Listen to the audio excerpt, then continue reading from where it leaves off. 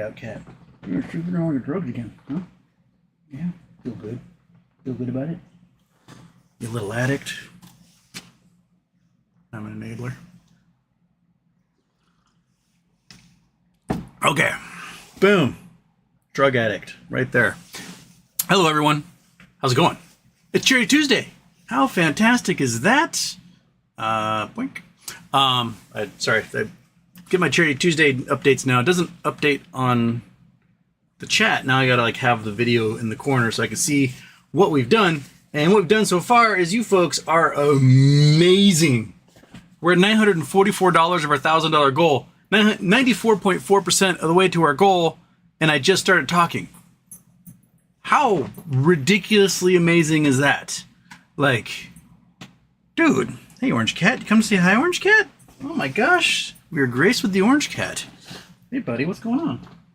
What's happening? You come here for Charity Tuesday? Yeah? Oh really? Yeah. You want some drugs too? I can get you some drugs. Yeah? Here. Some drugs on there. Yeah? There we go. Get the Orange Cat high. Ugh. That's right. All right. Orange Cats can come visit and get the Orange Cat high. What was I talking about? Oh yeah, Charity Tuesday. So we're raising money for Second Story. It's a Virginia-based shelter for homeless and abused children who have had come out of some of the worst situations you could possibly imagine. And they get kids, into a safe home. They get them therapy. They make sure that they succeed, that they finish school, and not just, they don't just forget about them when they graduate like other children homes do. They make sure that these kids flourish and go on to careers and college and things like that. They're a really, really, really, really excellent organization. It was the second charity I ever chose to do when we started doing Charity Tuesdays, and was our record holder for a year.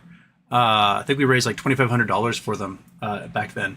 And so I was really hoping that we'd MOASSed, or at least have a hell of a gamma squeeze so we could set a new record for Charity Tuesday. But, didn't work out that way, but we're still going to raise money for them because they're a really excellent organization. And if you are watching this recorded version later at home, you can still click the little donate button, which will be somewhere on your screen, and donate. If you'd like to qualify for the raffle for 50-cent wish item, send me the little receipt that you get later. Otherwise, I'll record everyone's names as they come through the chat here, and we'll make sure that everyone's entered. So the goal is $1,000, which we just passed. So that gives us one 50-cent wish item raffle.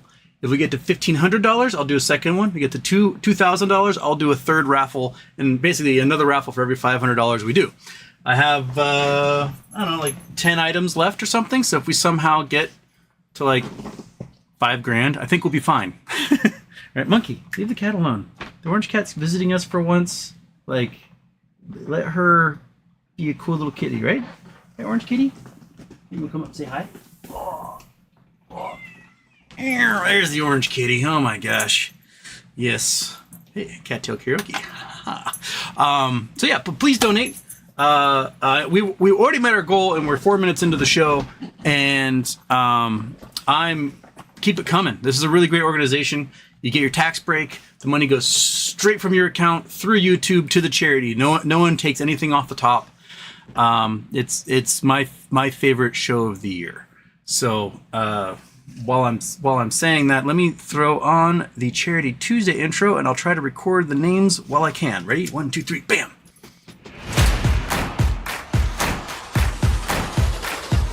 Let's get started.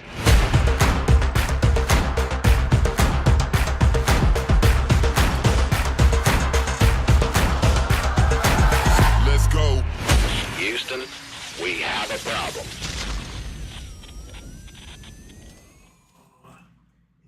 The video is faster than I am.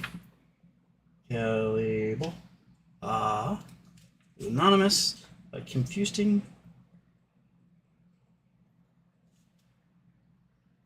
What I love seeing is just how many folks donate month over month and just keep it coming. It's fantastic. And boom. And then we got Javier. Okay. All right, I want to do my thanks right here. Deck P, thank you. GDC, so far, the most thanking.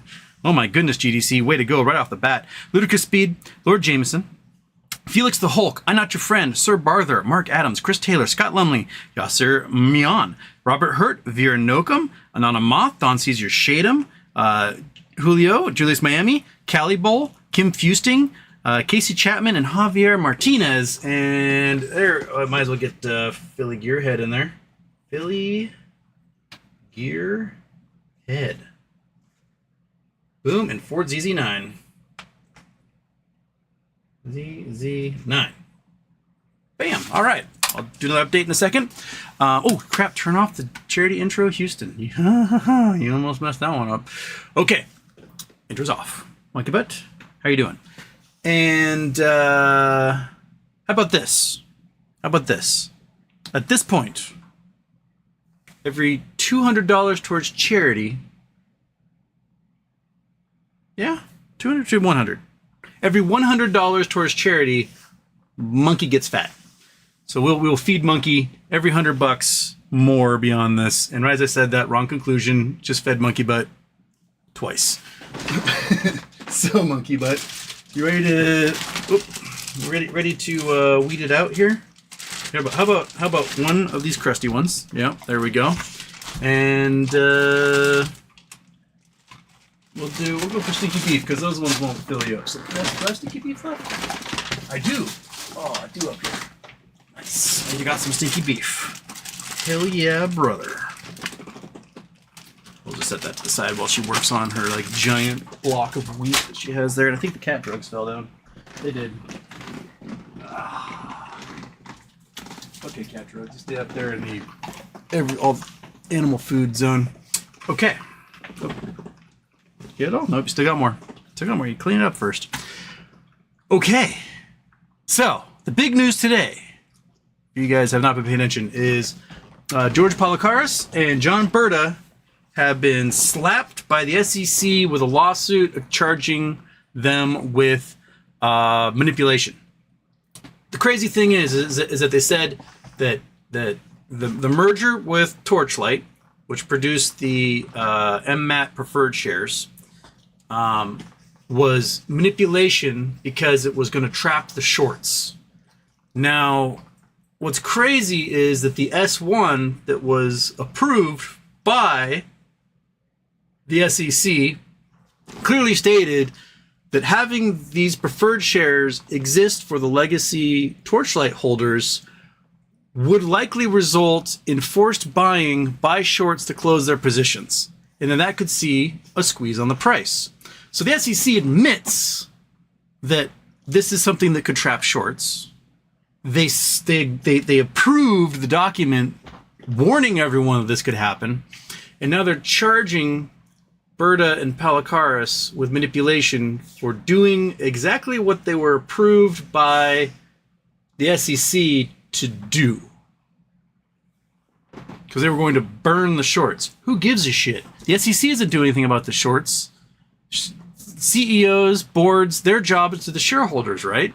And if the shareholders are being hurt by short sellers, and the SEC isn't doing anything about these illegal short sellers, then the boards and the executives of these companies are going to have to do something on their own.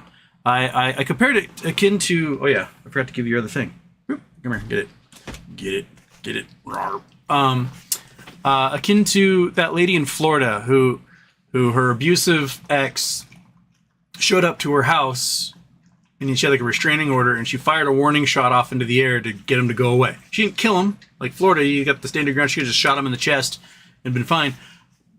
But the officers arrested her for chasing away a man who was abusing her and not the man who was abusing her who was violating a restraining order. That's what this feeling is all about. Like the crime is the naked short selling, not the trying to hurt the naked short sellers. When Overstock issued their T0 crypto token, the shorts complained, "Hey, this is done specifically to hurt us." And the courts are like, "Yeah, so?" Like, that's their job. Your job is to try to hurt them shorting them, and their job is to try not to get shorted and hurt you back. tough shit. There was definite precedence established in that court case. So the other complaint from the SEC is that they sold into the short sale. This made $137 million raising capital. It's a startup, right? It's a tech startup. They raised capital selling into that short squeeze. And that's what companies do. GME did it twice in a month. Tesla did it. Nvidia did it. Are they all being investigated and charged for selling into a short squeeze and raising capital for their company? No, they're not. So why in this case is metamaterial being investigated for that? And another part of the SEC complaint is that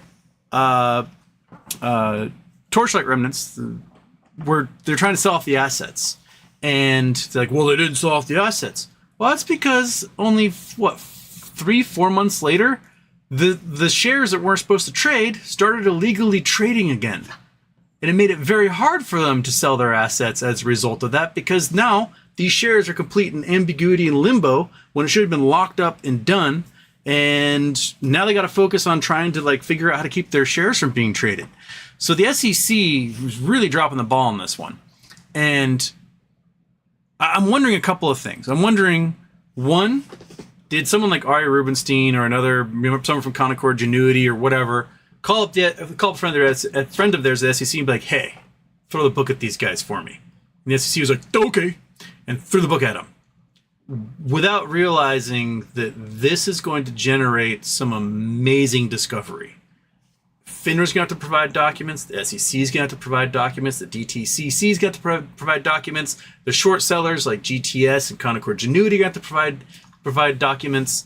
I think so much discovery can come out of this that the SEC may drop or come to some sort of settlement with the parties involved, because it's not going to be good for any of those folks for what's going to come out. But maybe this is a 69D chess play by the SEC. And if we sue these guys, now all this information is going to come out, and it's not going to have to come out via a hearing in the Senate or whatever. Regardless, it's such a weird, so weird. It doesn't make any sense that the SEC is suing them over doing what they filed with the SEC and was approved by the SEC to do. Seems really weird to me. Really, really, really, really, really, really weird. So, right? I've been paying attention, monkey. Oh, okay. So we have 185 to go, and then you get more. But until then, no. But look at that drug addict, though. Oh my gosh, he's so high. Yeah. Okay. Is that all I would talk about off the bat? Oh, more calls were purchased on GME. A whole bunch of calls were purchased, millions of dollars worth of premiums were paid for Chewy for January. Because Chewy seems like it's an acquisition target. People are making rumors that Ryan Cohen's going to take it over again. They got cut loose by, was it PetSmart? Not too long ago, so that they could become an acquisition target. Interesting things. Also, Carl Icahn made a purchase of 20 million more shares, shoring up his stranglehold on IEP even more. So looks like he's going to choke out the shorts on that one. Carl Icahn owns 410 million of the 450 million IEP shares, and he could easily offer another $1 on the dividend again and just squeeze the hell out of those shorts instantaneously. So yeah, he's put together a lot of cash as of late to do just that. So right, monkey? Right. And GameStop had a little pump, went from 22 to 24 and change. Yeah, okay. Let me do one more write down of names, because if I don't stay on top of it, we all fail at bones. Boom, wrong conclusion with the big one. Thank you, wrong conclusion. And those are more after that. Tadalus. Tadalus. Boom. And those are more. Was there more? Oh, MDK. MDK. AY. Bam. Every little bit helps. This goes to a great cause. We're helping kids. You can't get much better for a charity than helping kids who've been in really terrible situations. So thank you so much for donating. We're 390% above our goal. So cheers to that. Okay. Have we gone through the news enough? Can we now go to the chat? Okay, Monkey, give me approval. Let's go to the chat. The Kraken SF was first. Woo! Philip Clayton, first the worst, second the best. Philip Clayton, hope you're well. Houston, if RC was to offer a couple more at the money offerings, at what point do you think he would be happy with his war chest? 10 billion, 20 million, 20 billion? I mean, I personally would be pretty stoked to have 4 billion in cash on hand. If it pushes again, let's say that this week, Roaring Kitty buys up another 100,000 call options, right? For the 19th or the 28th, 26th or whatever. And he goes, oh, wink, wink on Sunday. And we start to see the gamma ramp happen next week, right? So it starts climbing. It's a 4-day week. So Monday, Tuesday, Wednesday, up, up, up, up, up. And then nothing happens on Thursday because that's a holiday, 4th of July. And then Friday, there is no offering, right? And we gamma squeeze. We put a whole bunch of shares in the money and stuff goes crazy. Okay. Now, that Monday, the price is going to go a little nuts. It's going to have a lot more volatility than the week before. They're looking for probably tens of millions of shares that are now in the money. And at that point, we get some sort of filing from Ryan Cohen Monday morning, let's say, and they do another 50, 100 million, whatever, share offering, and they make another couple billion bucks. It's another 6, maybe 7 billion. Okay, now what? Like, you're piling on the cash. You know that there's merger acquisition targets. Are you merging and acquiring anyone? Or are you just sitting there like Scrooge McDuck diving through piles of gold coins? Okay. Roaring Kitty does it again in August. And they raise another $2 to $3 billion when they do an at the market. So now they're at $10 billion. Okay. He does it again in September. Right? They're not 13 billion, whatever. You know, the floor on the stock keeps getting higher and higher each time, so they can offer more shares at a higher price and raise even more money. Maybe they're at 15 billion bucks by September. Okay, what are you gonna do with it? You can do all sorts of things with that. You could like run entire states with that money. So they're gonna have to pull the trigger on something eventually and do a thing. I mean, at $10 billion. They basically have as much money as what their market cap is around. I think their market cap's around 11 billion right now, something like that. Quick math here. 24 times 450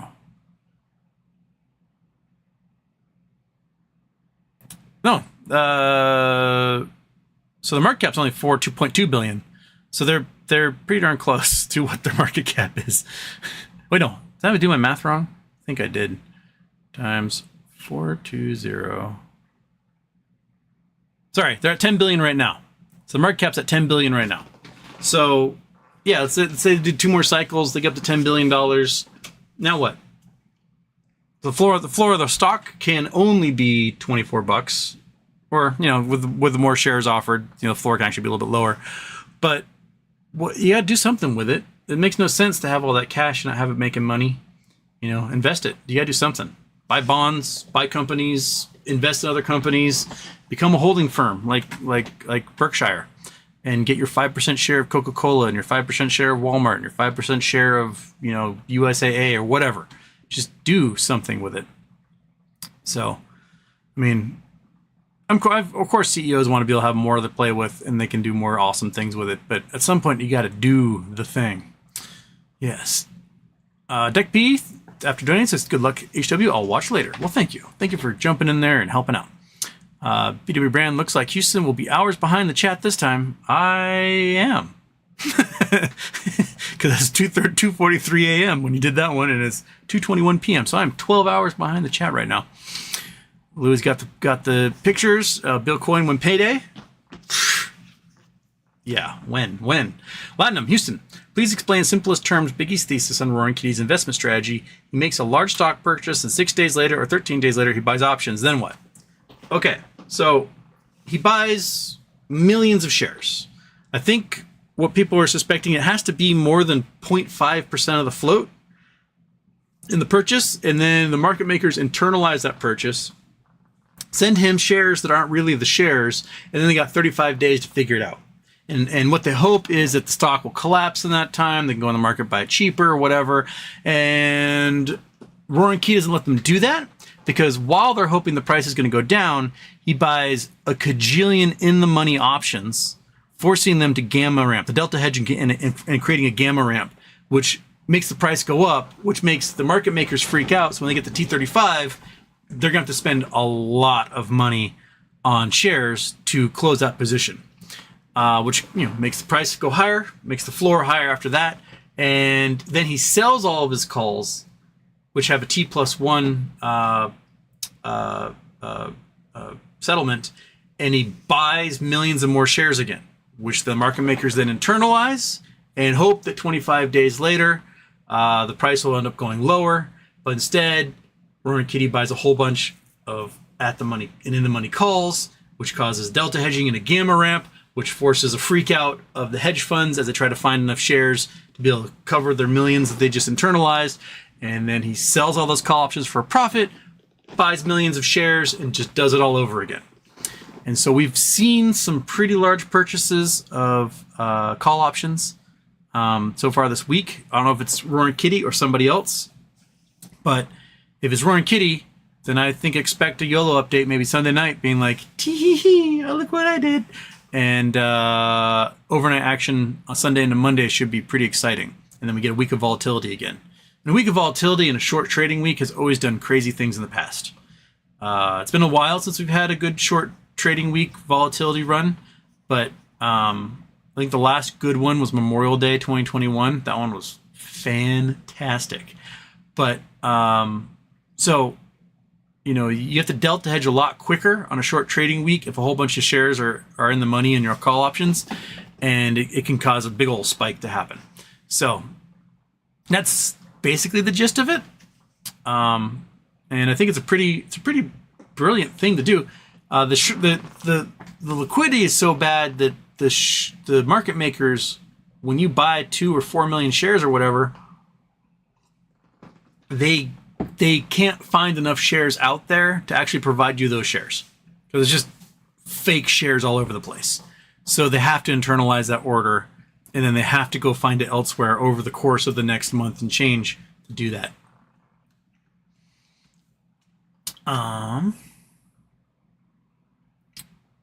Oh goodness. All right. Do another write down of L names. Daniel Batchelor. Daniel Batchelor. Boom. Granny Bags. Granny Bags has been a hero many a time on Charity Tuesdays when we were coming really close to our goal and didn't quite get there. Granny Bags has stepped in and saved the day on more than one occasion. Fatal Wraith. Fatal Wraith. Boom. Red Lightsaber. Boom. And I'm already on my second row here. Billy Mack.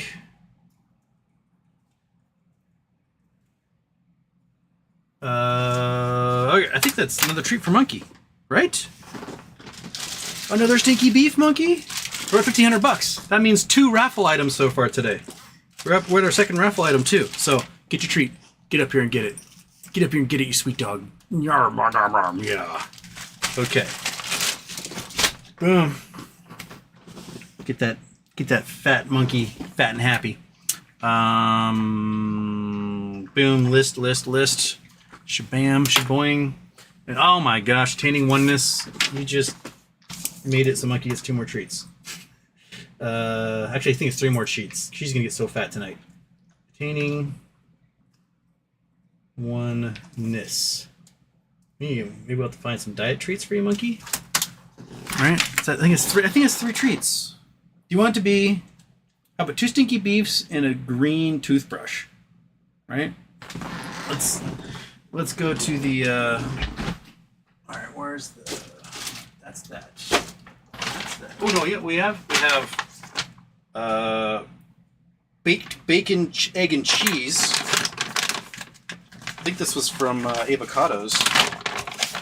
Oh my goodness! Whew, those are powerful. Yeah. Oh, that bag is forceful. Oh my goodness! And we have. Did we use all the green ones? Oh no. Nope. Man. Okay. Got more Costco, so we'll do another Costco. Right?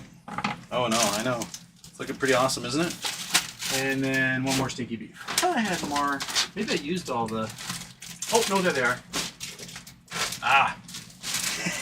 So many of these things. Oh my goodness, monkey. For charity, you can get fat. You can get fat for charity. We'll just do another big walk on Wednesday or something. Oh, all 3 of these have the most foul stench you can possibly have, and you are so excited. First things first, how about another big old chunk of wheat? Yeah, get that. All right, when you finish that one, we'll do the other one. Okay. Oh yeah, I'm too far away from my computer now. I don't want to run over your cookie, monkey. Eat that thing fast. Okay. We're at $1,850 for charity. We're 27 minutes in. We're 50% over my goal. So without MOASSed, we're still kicking ass today for a fantastic charity. So thank you. And I will try to go as long as I can. I started the show a little earlier today so that I can go longer and we can raise more money and I can get deeper into the chat than I normally do. So, Lisa saw Happy Cake Day Houston. Morgan Spurlock, who gave us a documentary Super Size Me, passed away recently, cancer. Would you rather binge on Mickey D's or Ozempic? I've never had Ozempic, so I don't know. I usually eat McDonald's when I've failed at everything else at this point. I read a funny joke that was like, when you're a kid, McDonald's is a victory, and when you're an adult, McDonald's is a defeat. And I think it's very accurate. Because the times I've done McDonald's, I'm like, I'm so lazy right now. Nothing else is open. I guess I'll go to McDonald's. And then I get a McDonald's meal and I eat it, and I don't feel like I've progressed as a human being during that meal in any way, shape, or form. Okay, you want the stinky bacon one now? Bacon, egg, and cheese? Oh yeah. So here we go. But Ozempic, I hear Ozempic is being used for all sorts of things now. It's originally to control, do portion control. Like, you take it and you just lose cravings for things, so you don't feel the need to eat as much. But they're also discovering that people on Ozempic don't drink because they don't feel the need to consume alcohol. So now they're doing all sorts of trials for addictions, seeing if people who are addicted to drugs and things like that can use Ozempic or something similar as a toothbrush one. There you go. Get that in your mouth. Yeah. Thing's pressed in a mold and everything. So...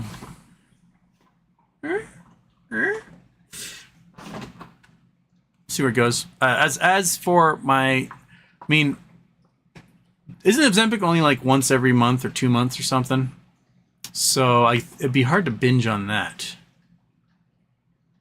I don't think my farts could survive binging on McDonald's. The funny thing about Morgan Spurlock was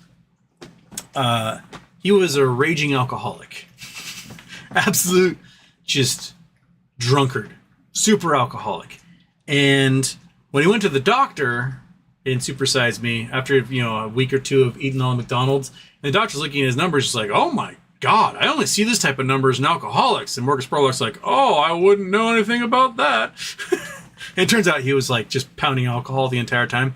So it would be interesting to see what would happen with the supersize me situation if the person wasn't an alcoholic, drinking, constantly and blowing up their liver. I still think like you shouldn't eat McDonald's for every meal for 30 days straight. That just seems like a really terrible plan regardless. But it the intent behind the documentary, I think, spurred a great conversation and actually forced McDonald's to end their supersize promotion. But interesting. GDC. The answer to the double-decker hot dog question from yesterday is side by side, so you can apply equal condiments to both, and then stacked over under the lower hot dog lost in the bun. That's one way of looking at it. Yes, and then GDC just helps a bunch of kids right there. Boom, fantastic. We're at almost $2,000. What just happened? What just happened, monkey? We're at 1960.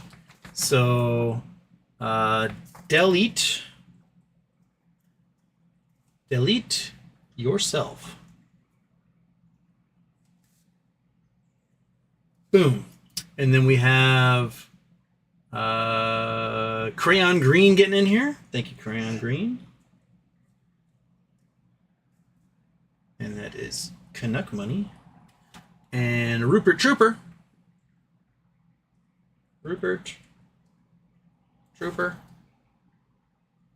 And attaining oneness. Already, yep, there's attaining oneness. That's more from attaining oneness. Fantastic. Boom, boom. I think that means that Monkey gets another treat after that. Oh my goodness. Okay. There's that. We'll do one other bacon one. How fat do you want to get today, Monkey? Because they're going to make you so fat. I probably should have made it $200 because they are donating like crazy. Oh, that bag is so stinky. Oh, she's so happy. It's the happiest she's ever been. She loves Cherry Tuesday more than I do. Oh. Oh my gosh. Reset my brain. Okay. So, forest fire, Houston. Is Bainbridge really the place to be on the 4th? My family and I are visiting Seattle that week and want to know that's where the fun is. The 4th of July on Bainbridge is fantastic. It's a small town, 4th of July. It starts on the 3rd. On the 3rd, we have the charity baseball game, which I'll be playing in. And then the town next door does their fireworks display, Paulsbo. And then the morning of the 4th, you have the pancake breakfast. You've got the bicycle poker run and the 5K and 1 mile runs for everybody. And then you have all the booths are open. So you go visit the booths, you see the car show, and there's a bunch of rich Bainbridge people. So there are some really cool cars at the car show. Some of them are cars of like placed at Pebble Beach Concourse d'Elegance. Actually, the president of Pebble Beach Concourse d'Elegance is a Rolls Royce collector who lives on the island, and one of his cars are usually there. You'll see one of a kinds, Ferraris, you name it. So the car show is awesome. And then it's the parade, which, parades are parades. Everyone marches and marching bands and things like that. And then it's the 4th of July, my barbecue at my house. So if you're going to be on the island, come to my place. I'll feed you burgers. There's a bounce house. There's a slip and slide. You'll meet rad people, because only rad people come to my barbecue. And rock and roll, right? So 4th of July, do it. It's fantastic. And actually, this year there's no Bainbridge fireworks display because they forgot to do the fundraiser for it this year. So, oops. But you can always go to the beach and watch the Seattle fireworks. It's perfect, right, Monkey? Right. And you can just go to the reservation across the bridge, and it's like a war zone because they basically blow up everything they didn't sell in their little fireworks booths, and you're gonna lose an eye. It's fantastic, right? Yes, Monkey. We're at 2,000 even. Woo! High five. High five. High five. Bam! Look at that. 2,000 even. That's 3 50-cent wish items we'll be raffling off today. And our list is teeny tiny. So we raised $1,500 last time around, and it was 2 sheets of paper. My list is only 1 column and a little bit, and we're at $2,000. So 3 50-cent wish items. And those of you who aren't aware of what 50-cent wish items are, when COVID started, I was bored and I was surfing the Wish app, and things would pop up. These promotions, 50 cents for something ridiculous, right? Like a drone or whatever, and you'd buy it, and it's 50 cents plus 25 cents shipping, and so for 75 cents, you're going to get this item. Except you don't. Only one person out of the thousands that spent 50 cents on this thing actually gets the item. Everyone else gets a sad message a day or two later. It's like, I'm so sorry. We do not have the item in stock. Would you like a refund of your 75 cents? And it'll take 2 to 3 weeks for it to enter your account. Or you can have store credit for your 75 cents. And I would choose store credit. And what I ended up doing for weeks on end during the first parts of COVID is, oh my gosh, the dead guy monitor keeps crapping out on me. Is I would just buy anything that was 50 cents. And I had so much store credit, I'd just buy, take the refund, buy, take the refund, buy, do it over and over and over and over and over again. And wasn't even paying attention to what I was buying for 50 cents. And slowly but surely, week after end, these items started coming from China. Because every once in a while, I'd be the one who got the item for 50 cents. And I never opened them. I had this plan originally to I thought it'd be funny to do like a 50-cent Wish unboxing channel. And then that didn't happen because I ended up dating this girl who wanted to found a company and just really took a lot of my time, and I didn't get to have much fun. So these items just collected. So for 4 years, I've had 20 boxes of this stuff, and now during Charity Tuesdays, I give them away. So by all means, take my 50-cent Wish items. We've given away GoPro gyroscope stabilizer thingies, wireless microphone lavaliers, watch cases, a watch band thing for replacing watch bands, terabytes of micro SD cards, SD card holders. What other things we gave away, Monkey? I can't remember all of them right now.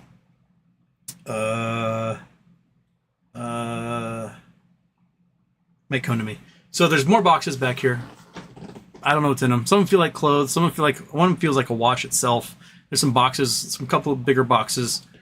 So yeah, I've got the remaining items in this little fruit box here. And when I do the raffle for names, I will pull one for each name. We're at 3 right now.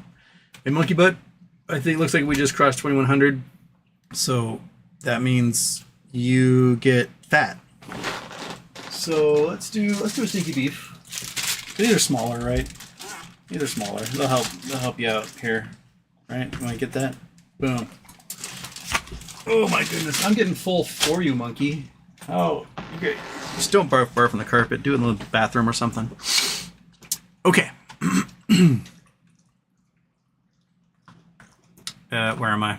Oh yeah. Talked about the 4th of July, forest fire. Cheshire.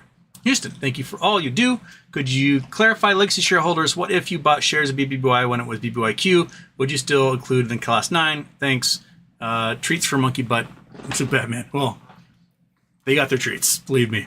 The legacy shareholders are those who are holding shares when the company went bankrupt, or when the company stopped trading the shares. When they got pulled out of your account, you're a legacy shareholder. Now, you may have different rights to payouts. If you held shares before it became a Q stock, you might have rights to the lawsuit, the share buyback lawsuit that the plan man's doing.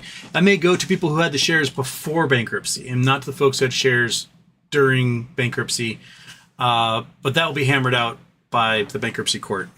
Regardless, there'll be a payout and they'll force the shares price to be really high. Right? Yeah. You're just like, there's more coming? Oh my gosh. Not yet, buddy. Not yet. Okay, Ken Smith, happy birthday, Houston. I purchased calls for IEP with a September date. What becomes of calls if the company goes private? Love you and the pets. The calls would pay out if there was a price for them going private. So like if they say, oh, okay, we're going to turn the company private, we're going to buy all the remaining outstanding shares for $25 a share, right? If your calls were strike price was below that $25 a share, you would get paid out for each share in your call option. If the price is below your strike price, then they just expire worthless. And that's how that rolls. Confidence Homer. Houston, have you started organizing your thoughts for Susan Trimbath interview? She doesn't seem like a free flow cat tail karaoke kind of gal. Oh yeah, she wants to talk about. She wants the topic to be getting rid of self-regulation. So having like governmental regulators who are experts at their job, who don't have any insider connection to those they're trying to regulate, and that won't be too hard to go around because I rant about that stuff a lot myself. She just happens to like have the PhD and be an expert in all this. So just sit back and we just listen to her pontificate. And we can do that, right, Monkey? She's like looking at the screen now, waiting to see if it goes up to 2200, aren't you? Yes. You've gotten so much so far. So much. So much. Okay.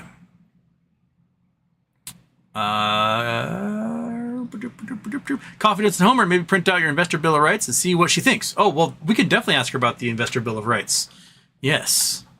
Yeah, that's a good idea. Ludicrous Speed. If people who sign NDAs about BBY also used to talk about GME, them not talking about either now is confirmation that GME is involved. That's a good way of looking at that.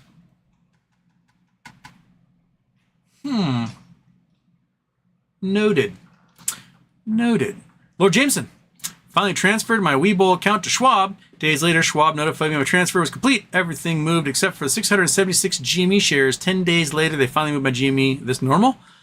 I just saw somebody else post today that their transfer of their GME shares keeps failing. And I don't know I can't remember what broker it was. It was one of the big ones, like a Schwab or a Fidelity or whatever. And interesting. That shows liquidity issues, in my opinion. Because when you can't transfer them, it means you don't have the real thing to transfer, and that's why the transfer is failing. Ludicrous Speed, after MOASSed, I'll donate more to Second Story, as well as some of the other Charity Tuesday organizations. Please do. It never hurts to donate to charities that help people, and I think so far we've had some good charities. There's some that we've repeated a bunch of times, like we've done St. Jude's a couple of times. We've done Toys for Tots 3 times. We've done World Central Kitchen a bunch, and yeah. So yeah, I think they're all excellent organizations, and yeah. Somebody's asking that the next one we do make it for Native Americans. So if you have good charities for Native American groups, we can do that for July. Send them my way, and I'm totally ignorant of what charities would be excellent ones.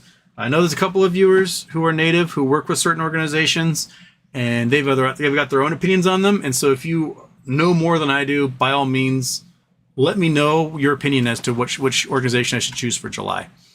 So we'll do one for the natives. Hans R. Happy Charity Tuesday, Houston. I hope these coordinates work. Ooh, Charity Tuesday coordinates. Hell yeah. All right. Boom. Google Earth. Shabam. Here we go. We're still in the Faroe Islands. Boom.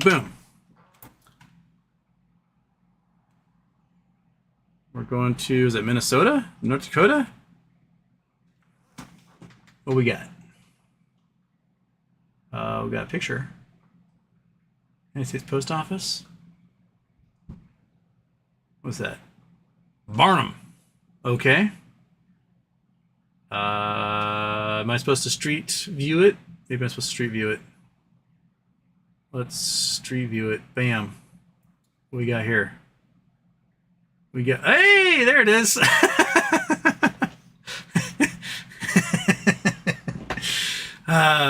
Good times. There's some cans there. All right. Hey, there's that guy. That guy's flashing too. Look at him go. Okay, so we where are we? We're in Barnum. We got some T-Taws right there. Okay, that's for the kiddies. Please don't ban my YouTube. So what is this place? Barnum, I take it. Diesel supply. Is there Barnum Fire Station? Barnum is so small they don't even have a Wikipedia article. Barnum baseball field. Am I in Minnesota? Am I in North Dakota? Where am I? I'm in Iowa. Ah, Barnum, Iowa. Okay then. Noted. Iowa. That's where the Tatas are. Those people in Iowa are crazy, man. They're crazy. Oh, I didn't turn off yesterday's.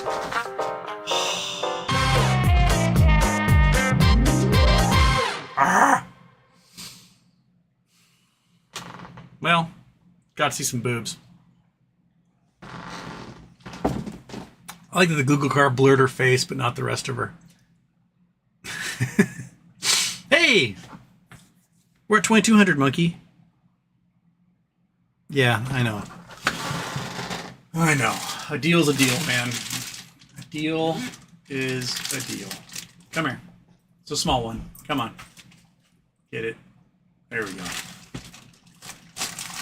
Yep. The world's happiest dog. Oh, can't have that happen. I need like an official, not just, basically stick these things, just pile around the laser printer. And that's probably not the best solution for like 10 pounds of dog treats. But we're going to make 10 pounds of dogs what we're going to do. All right? Yeah. Okay. I should take some more names down because it's been a while. And it's obvious more donations have come since then. So, what do we got? We got Low B. Not Leo B. Low B. And we got Adam Watkins, thank you.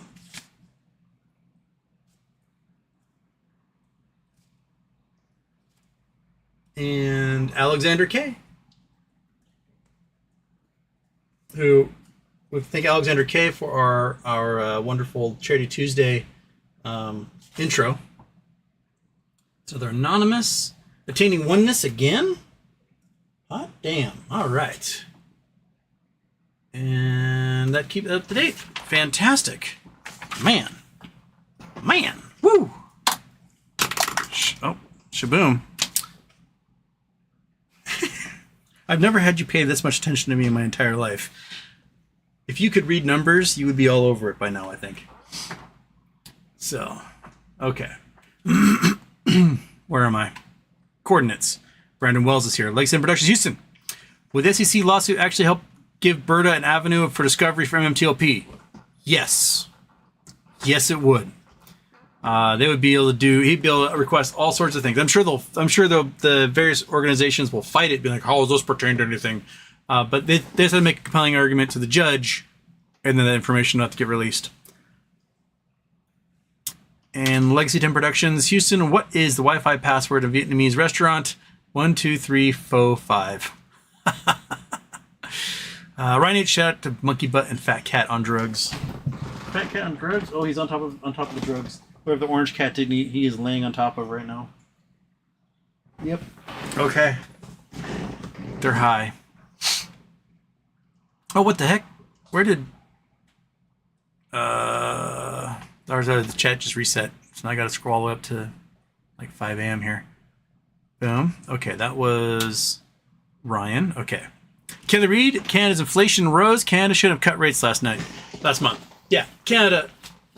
We told you you shouldn't have cut rates because inflation was going to go up. But no, we got to spur business. No. Keep your rates high, dummy, until inflation is over. Do you have anybody with an economics degree running your central bank at this point? You're doing it Japan right now. Don't do it Japan. Keith Dixon, Houston, what is your broker choice for your options plays these days? And do you hold long plays in different one intentionally? I have, 6 brokerage accounts? I'm doing my options plays in Fidelity right now.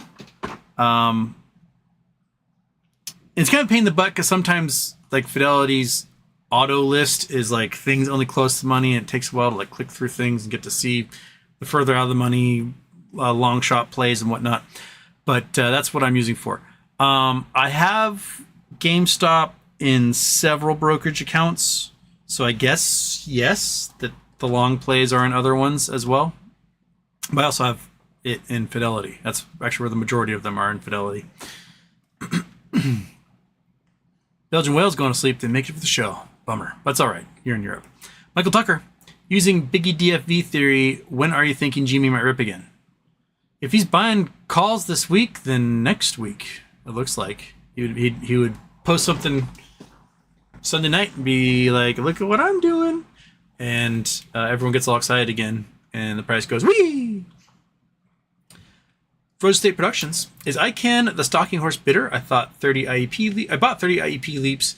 No way he gets attacked and doesn't hit back. Oh, he definitely hits back. He is out for blood. And when he reveals his play, it'll be murder for everyone who decided to short them. Hindenburg's going to regret the day they were born, I think.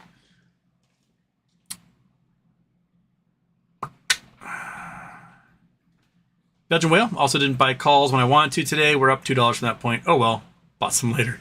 Yeah, I saw it at 22 and I was like, oh, maybe I should buy them, but I was waiting for the end of the week, and that's where I'm waiting for. I'm waiting for probably Thursday or Friday to buy my calls. Alex Bishop is here. Lindsay Amon. With suits being filed in BBBY, do you think it will be at least a year before we see money, if any?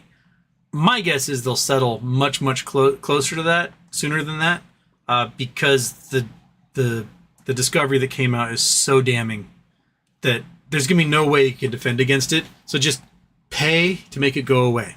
That's what they'll do. First State Production says we'll see money, just not putting a time frame on it. Yeah. 4ZZ9, hypothetically, if you had $300, maybe when would you jump in the options and at what price point? I'm probably going to be throwing about 1,000 at it. And I'm looking at between 30 and 40. And looking at probably the 19th for those. And seeing how many I can get. So maybe, depending on the price, 5 to 10 options for that $1,000, and hopefully get some volatility and it pushes us past 30 and makes those things worth a good chunk of change. And then the options run 5.0 is on like Donkey Kong. That's what I'm shooting for. Sir Arthur's here. Thomas Dubois is here. Scott Lumley, Houston. How soon will they settle BBY and will we get paid? How much? No idea how soon it will settle. No idea how much. So, sooner than later and more than zero. That would be my guess. Last way to talk MMTLP yet? We did that. Yes, sir, me on. Do this charity in the future again. Even if you don't, we will chat on Twitter. I want to help more after MOASSed. Much respect. Thank you, yes, sir. Houston Wade Jr., can you confirm if a tree did fall during live stream as you surmised? Oh yeah. The alders and the big leaf maples just drop like flies around here. They just like big, strong, powerful 100-year-old trees, and it's just like not anymore. I think that one that fell during the storm actually was the big branch on the tree that's right over here. I had to chop that sucker up and haul it in and drop it off in the woods. It was in the way of my lawnmower. It's the second one that's dropped. I dropped one that was like a branch that was like this big around last summer.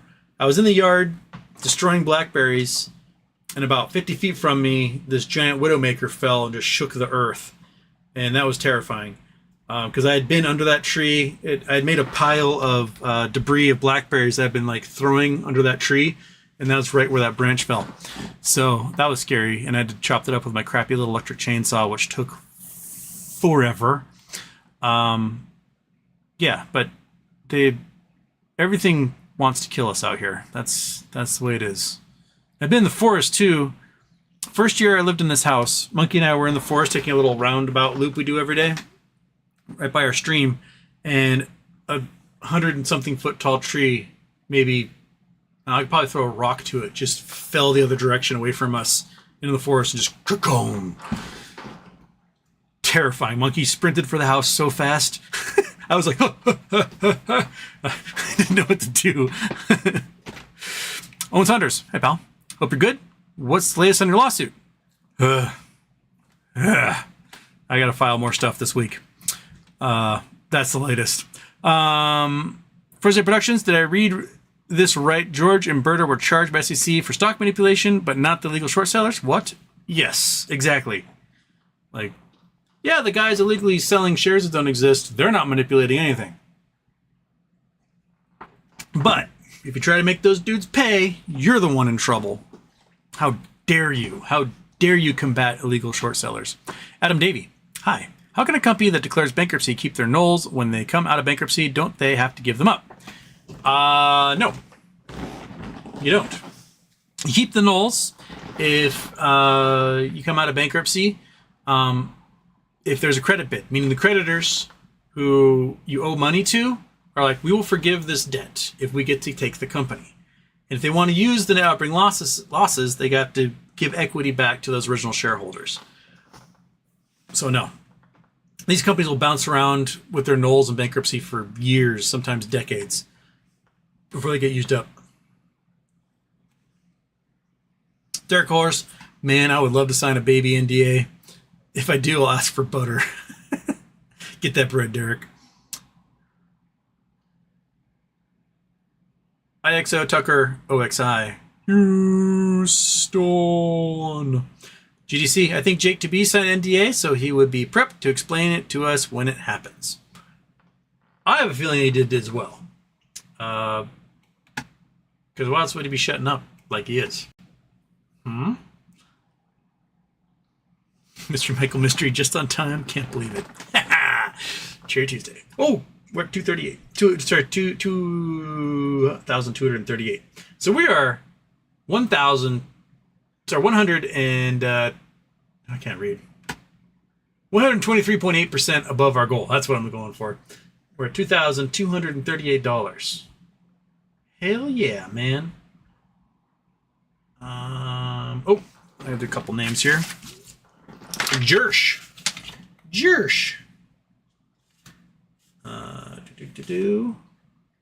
Boom. Murph and Turf Studios.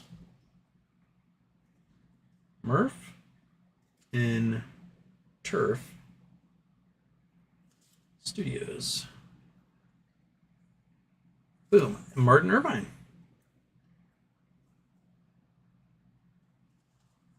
That's in pounds. Any others in there? Nope. We're at $2,238 for Second Story. Fantastic. You guys rule so hard. Okay.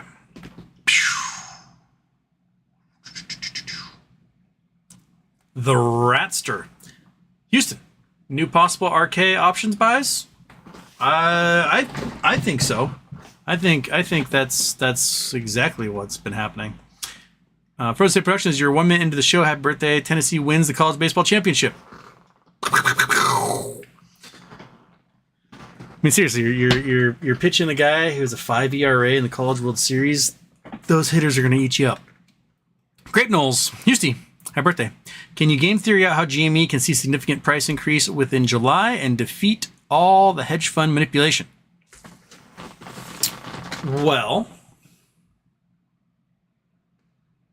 I guess it depends. If they do an at-the-market offering or if they don't. If they don't, and let the sucker gamma squeeze and just let it run, just go, the shorts are going to have a hard time doing anything about that. So much of the float is tied up by retail traders, all the float, several times the float, whatever. The company has very strong fundamentals, a pile of cash other companies do not have. the short thesis is done. It's gone. The short thesis does not exist anymore. The short thesis existed 4 years ago when the company was losing money, was just piled in debt. But now they don't have debt. They're not losing money. They're making money, and they've got piles of cash. So the short theory is done. So the shorts now are stuck with their terrible choices, and all they can do is try to manipulate this thing so that they don't have to pay out an arm and a leg to get out of this. So if we run, let's say a gamma squeeze takes us well beyond the $80 a share, the shorts are doomed. They're going to get margin called, and they're going to get liquidated. No ifs, ands, buts, or about. They're going to have to close out those positions because they're so underwater. They're not going to be able to do anything anyway. They won't qualify for more margin, so they're done. They're just stuck. If GME keeps diluting, well, it gives them another day, and then we don't squeeze, and the shorts don't face their comeuppance. So, yeah. If what DFV's doing holds true, and we actually close on a Friday with significant gamma, I think it's over. Provided GameStop doesn't dilute. So I don't think it takes more than a couple of weeks to make that happen, and then stuff goes bonkers. It's like January 2021, only warm outside. That'll be the difference. Ryan H. shot to Orange Cat. Orange Cat took her drugs and then ran away, or got chased away by the monkey butt, at least. Holy crap! 22,350. Oh my goodness! Left-handed wave, pain for monkey getting fat. Okay. Oh, she just she heard the word fat. She's like, yes. Left-handed wave. Boom. Metal Slug XT. Metal Slug XT. Boom. All right. We're at 2,350, monkey. We're almost as much as we raised the first time we did this charity. And you can have another stinky beef. Because these are the smaller ones that I think won't make you a bloated little cow dog. Come on.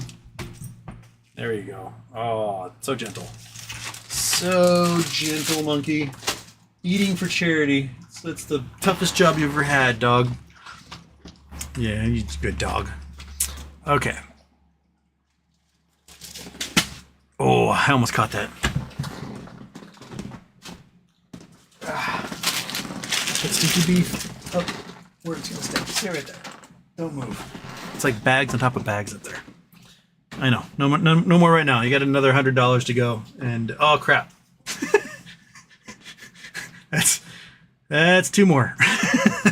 Okay. Never mind. We burst through the original. Monkey, you're gonna be regretting everything. I know you're so happy right now. Get one, come on, get in there. You got another one? Want to go tall? It's up here. Oh, there you go.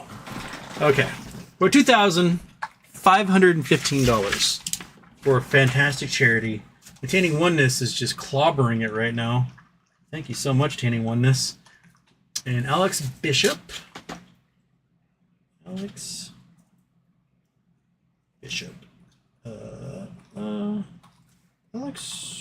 too early, or was that a different Alex?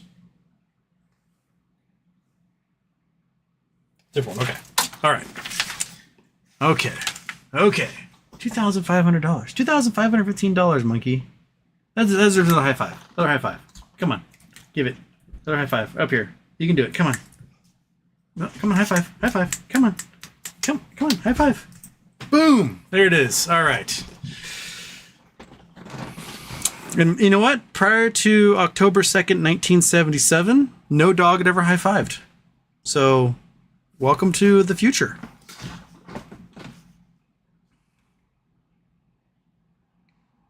Michael Steeks, Houston, I read about Carl Icahn stock. Do you know what they're talking about?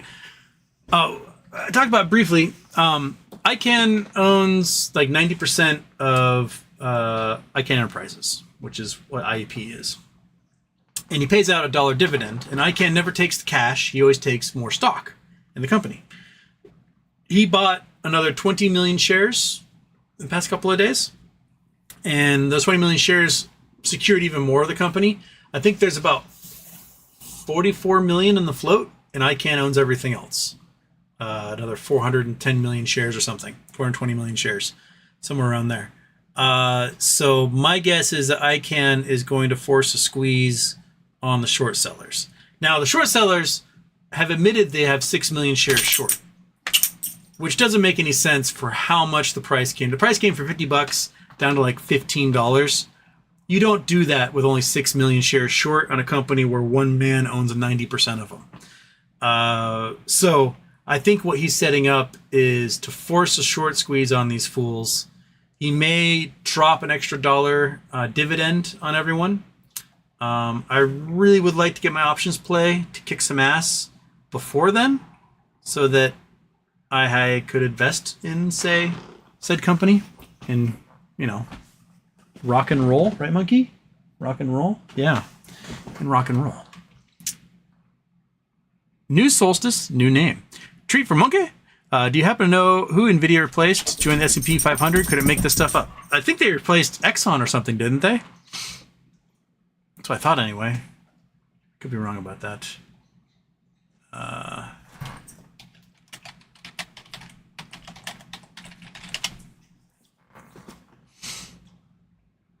Did they?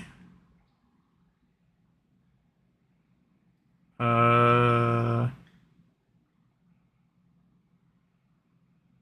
I wrong about that? I'm not seeing any confirmation here when I search for it.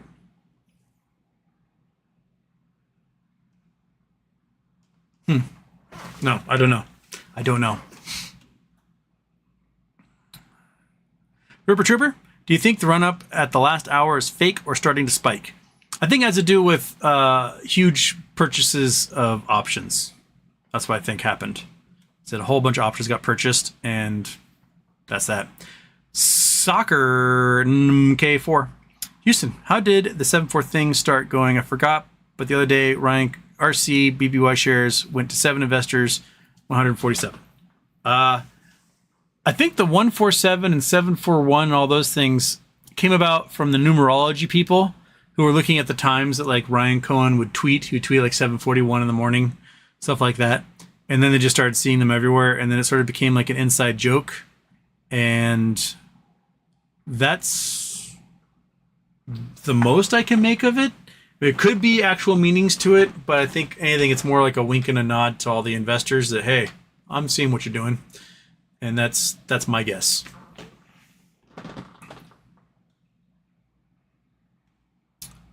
Yogi, I sold cover call on GME this morning, so of course the stock went up. You're welcome. Mike Barr says, sell another one, please.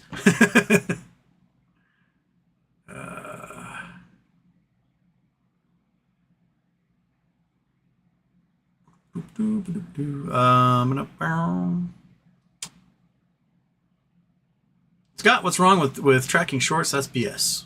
Exactly. Yes.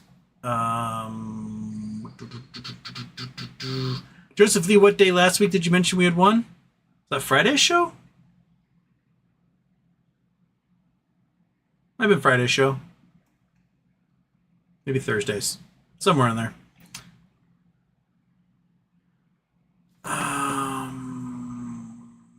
Scott says, yes, the companies have to do something on their own because the SEC not doing shit. It's like your home keeps getting robbed and you install a security system to protect yourself. Exactly. Exactly.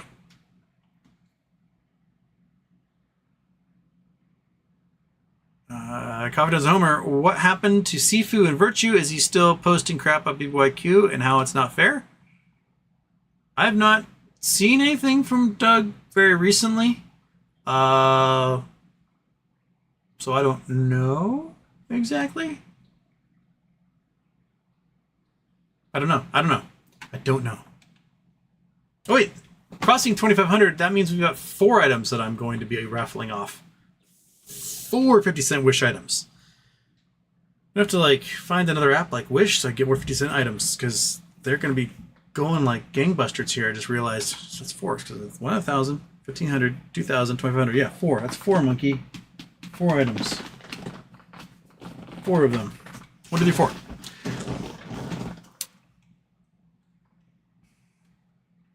MMTLP versus SEC lawsuit. Is Gensler just trying to force a judge to weigh in, forcing the SEC to do something? I mean, you'd think a regulatory body would just, I don't know, regulate rather than having a judge force them to do that. It just seems like a really slow way to do your job. Hansen Bell is here. Good evening from good old Germany. Cheers, and great to catch you live again. Well, welcome, Hansen Bell. GC, if judge makes them the SEC, Gary Gensler is no longer the bad guy. That's true. Like, if you do have an outside group being like, well, you have to do this, and Gary Gensler goes, my hands are tied, donors. I have to do my job. Yeah. Joe Wickman, can you go through the options chart in general and explain what you should look for, etc.? How premiums show bullishness and how hedge funds need to hedge on sold calls and certain deltas? I mean, I can try to do it in layman's terms. Let's see if we can.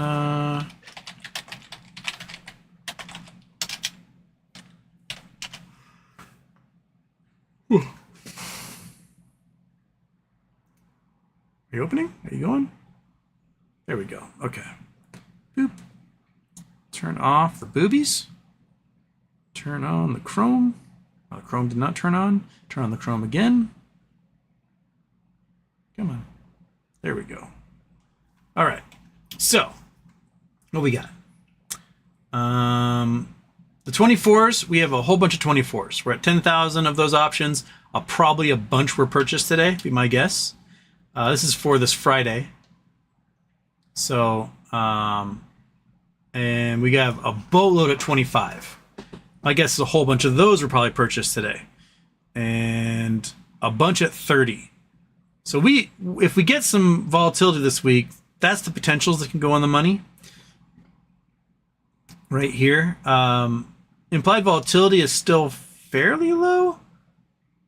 It gets really high, though, when you get up to the high numbers. If we look at the 19th, quit resetting, you ding dong. This is the monthlies, and we have a bunch at 25.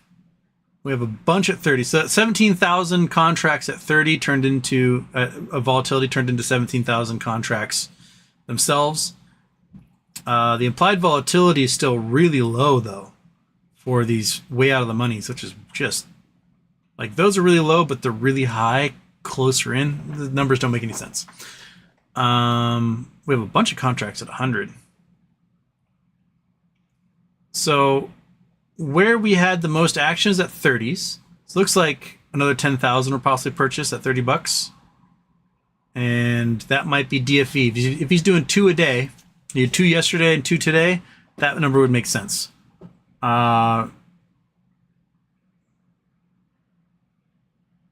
I'd be curious. I would actually want to see more towards the money. We got 15,000 at 25. That might be him also. Who knows? Maybe he's building a little ladder here. But we got a bunch at 40.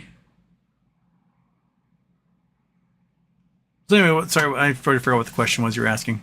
You go through the options chart in general, explain what you should look for. What you want to look for in an options chart basically is how many contracts are in the money, how many contracts are near the money, and where the max pain is. Let's see what max pain is for this week. Max pain is at $23, and we're currently sitting at 24, almost 25. So we are $2 over max pain. That is basically this is where the options writers are losing money, and we get a little bit of gamma. Now, so if we look at above 23, we've got basically 300,000 shares, and then here we got 1.5 million if we get 25.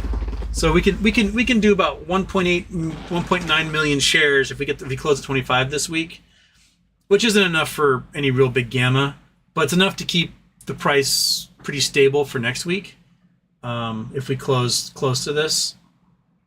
Personally, I didn't think we'd be busting through 24 this week. I thought it'd be a little more sideways in the 22, 23 zone, closer to max pain than we were. But, you know, it is what it is. Now, what really makes the delta hedging happen is if call options are in the money. So the big one that Roaring Kitty did was he spent a fortune on $20 calls that were in the money. The stock price was above $20. He bought a whole bunch at 20, which means they would trigger. And if they could be exercisable, then the options writers have to go in the market and buy those shares and hedge for it. So they have to delta hedge for it. If you're buying stuff far out of the money, they don't really worry about delta hedging for it. Because like whatever, it's not going to cross this. If you're buying close to in the money, like just out of the money, if you're like $1 or $2 away from that strike price, pretty far out, they're gonna have to go in the market and they're gonna have to find, 40 to 60% of those shares in those contracts. So let's say these guys here, these 15,000 that are pretty close to the money, they're probably gonna have around 60% of all those shares purchased to hedge against that thing triggering. So that's 700,000 shares that they're going to need to have on hand to purchase. Now, they probably don't have the same number for those 30s yet, but let's say tomorrow we're at $29. All of a sudden they have to go out and they have to buy another 1 million shares to hedge against this one. They have to have 90% of the ones that are in the money for this. They have to have another 1 million shares purchased for this guy. So that's how they start hedging, and that's how you build up the gamma ramp. Because now we're starting to get, $8, $10 above max pain. So the hedge funds are losing money. They're having to buy shares they didn't want to buy, they weren't planning on buying, and it's forcing the price to go higher. So if they go out and have to buy another 1 billion shares, then they cross, the $30 mark. And they have to start buying shares for these ones that are close to the money. And so on, and so on, and so on. And that's basically how the gamma ramp gets built. And that's what NVIDIA's been writing on for 1.5 years now. Is that basically every Friday, they put millions upon millions of shares in the money in the options chain, and then all the options writers and market makers have to go out and find those shares, buy them, raise the prices more, which causes the next Fridays to go in the money, which causes them to go buy more, which causes the next Fridays to go in the money, and so on, and so on, and so on. And it just goes and goes and goes and goes and goes. Same thing happened with Tesla for like 1.5 years. So Tesla was this long, drawn-out squeeze because they were having gamma every single week, because every single week it would finish higher than the week previously. It would just go and go and go and go and go until eventually the floor kind of fell out of it, and it's now, what, like 30% of its high in that case? Oh, I didn't turn that one off still? Oh my god, I just complained about it and I never actually turned it off. At least you're raising money for charity. Intro. Off. Where are we? Hey! Moonwad! Feeding a monkey. Yeah? Are you full yet? No, you're a dog. You never get full. Never, ever, ever. Come on, get it. Get up here. Moonwad paid for it. There it is. Enjoy it. Oh my goodness. We finished about 3,000. We're giving away 5 50-cent wish items. For $2,635 raised per second story. We're crushing it right now. So Moonwad. Boom. Another anonymous. So, thank you, anonymous. Yeah, scroll up. There we go. All right. Shaboom. Way to go, monkey. All right.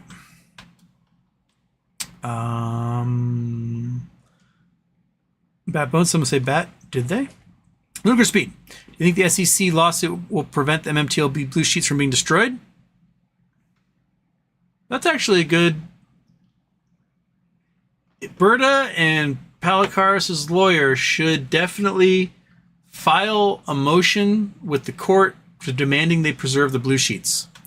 That's a good idea. good idea, Ludicrous Speed. If you're watching, George and John, have your lawyers file a motion preserving those blue sheets for us and keeping FINRA from destroying them. Smart. Backbones, Houston, do you think NVIDIA shareholder meeting tomorrow will be the same BS, just AI? It's pumping a bit after hours. Yes. It's all going to be about AI until everyone realizes AI is a bunch of garbage and doesn't work as well as we want it to. It's great at summarizing stuff. It's great at that. Like, hey, summarize this thing for me. Sure thing. Bullet point, bullet point, bullet point. But if you want to think outside of summarizing information that exists and perhaps produce new information, no, it will not be able to do that. Remember when they had said AI had identified like 1.6 million new chemical compounds that could exist? Everyone's like, oh my God, look at this thing. It didn't. It claimed it created 1.6 million new formulations for chemical compounds. And the scientists went back and checked the work, and none of them are possible chemical compounds. So, yeah, they're going to scream AI. AI is going to collapse like crazy and start over from scratch. A whole bunch of AI companies are going to disappear forever. There'll be a few big ones left that have significantly smaller market caps, and then they're going to have to like prove the usefulness of AI beyond summarizing information, which is mostly what the useful portions of it are. Even then, it can still get some stuff really wrong and still cite things that don't exist and make connections among things that are completely unrelated. But yeah, that's the row we hoed. Cali Bowl 2009. H-Man, if we BBBY former shareholders get paid, could you describe what would be the process to be followed by brokers to make us whole?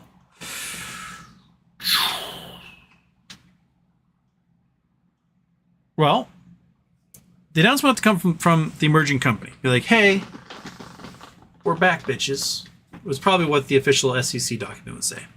Might be an S4 having to do with some sort of merger. We might see a credit bid released by whoever's buying them, etc. But then there would be a date. It would say, okay, we're coming back. We're emerging as this company. Our shareholders are getting the stock back at this rate, or stock in this new company as a result, or whatever it might be. And then they might also say, and there's going to be a cash component for the shareholders of this amount of dollars per share. Now, my guess is it would be something like they would announce it maybe on a Friday and then say Monday morning, those shares should be in your account, right? Or in 10 days, those shares should be in your account. Something like that. Now, the cash component might be you'll have shares and cash in your account on this date, which would be like getting notified that you're going to have that in your account is a really good idea because it helps you figure out if it's a taxable event. If so, how much you need to put aside, things like that.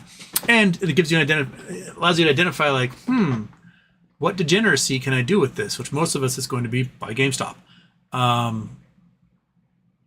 So yeah, like if I get notified that I'm going to be sent like cajillions of dollars in my account along with equity at X date, I'm probably going to take everything I can scrape up at that point and buy call options in GameStop because I know all of the degenerate fools are going to be making huge purchases in GameStop, and I'm going to want to benefit off of that. That's what I'm going to do.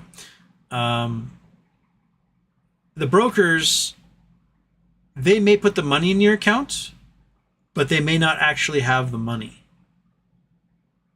So you may be allowed to trade on this money, but it's like fake money that's not actually backed by anything because they're going to be desperately trying to claw it back from all the PILs, from all the shorts who owe them those shares.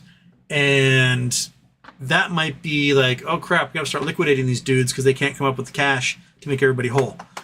And so things may pop off on other meme stocks before Bed Bath & Beyond gets their shares back because of liquidations happening. Because they need that cash, they need that scratch to pay off all their shareholders in their various accounts. So,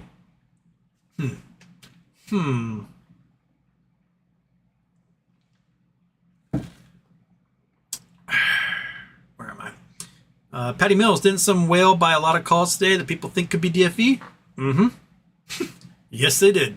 Kyle Garibaldi, it's so early. What are you doing starting a stream at this time? Happy birthday. Charity Tuesday. We're raising money for Second Story. We're at $2,655 because Hungry Caveman just jumped in there to help out. Hungry Caveman. Boom. Word. Another $345 and we're doing a fifth 50-cent wish item. Mr. Poopy Pants. RC has clearly been a boardroom genius. The company has fundamentally turned around. Oh, wait, never mind. RC will just buy more T-bills. I mean, interest is interest. Get some passive income off that stuff. Victor M. Houston. Just read on X in the past 15 minutes, GME GameStop had over $1.5 million worth of calls purchased for June and July. Well, there's only so many that get purchased for June, right? We're running up to the end of the week. So,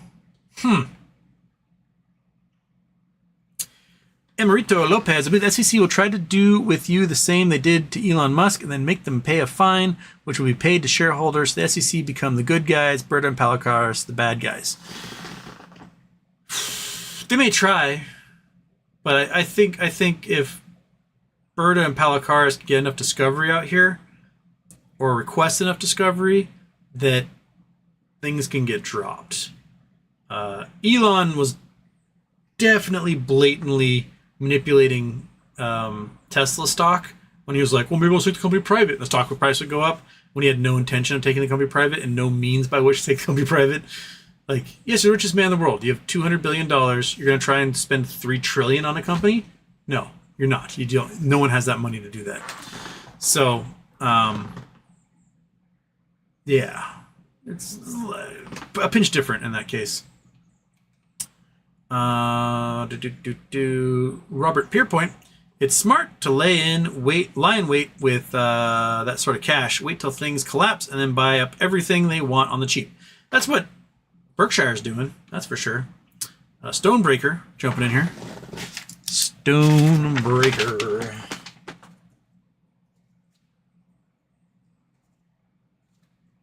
Bam. All right. Jason, 5327. Just want to let you know that I'm here for you. Thank you. Renegade. So do you think that GME is going to run again or what? Yes. Yes.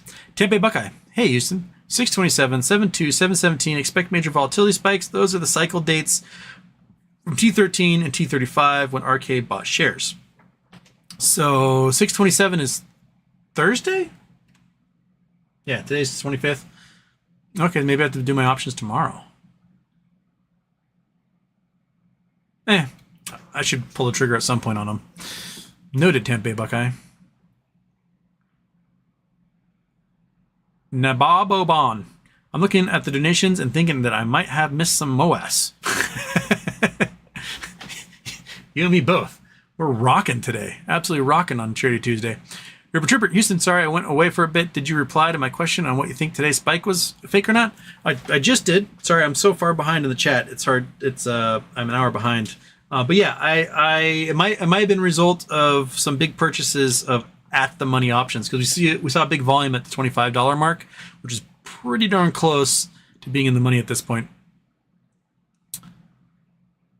Did anyone ever check out Heaven Shall Burn? I have the note right there. I have not remembered to actually look at the note and check them out yet. The German melodic death metal band. I need to. When the show's over, Google Attaining Oneness, have your face melt. That'll be what I do.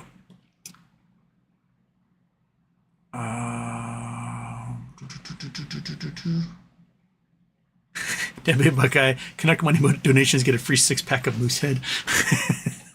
Southern Comfort, please, charity for Native Americans or defense fund for Leonard Peltier.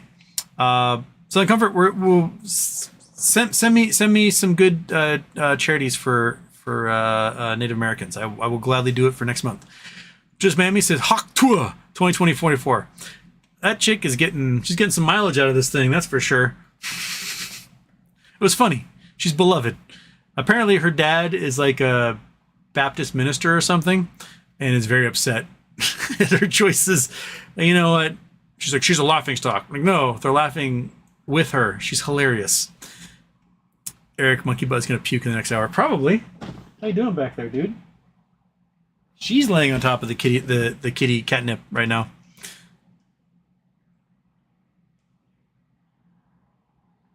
Yogi 2012, Morgan's show 30 Days was pretty great. I don't know if I ever saw the episodes of that, but like he like did things for 30 days and made little mini documentaries on it, right? Lil B, I just got here. How many treats does Monkey had? I made, it was at 1,200 when I said for every $100, so she's at 14 treats, almost 15. So she's had a lot of treats. She's a little poopy pants here. Mr. Poopy Pants can agree that she's gonna be Mrs. Poopy Pants. Fer Garcia and Lone Wolf just got in as well, pushing us to 2685.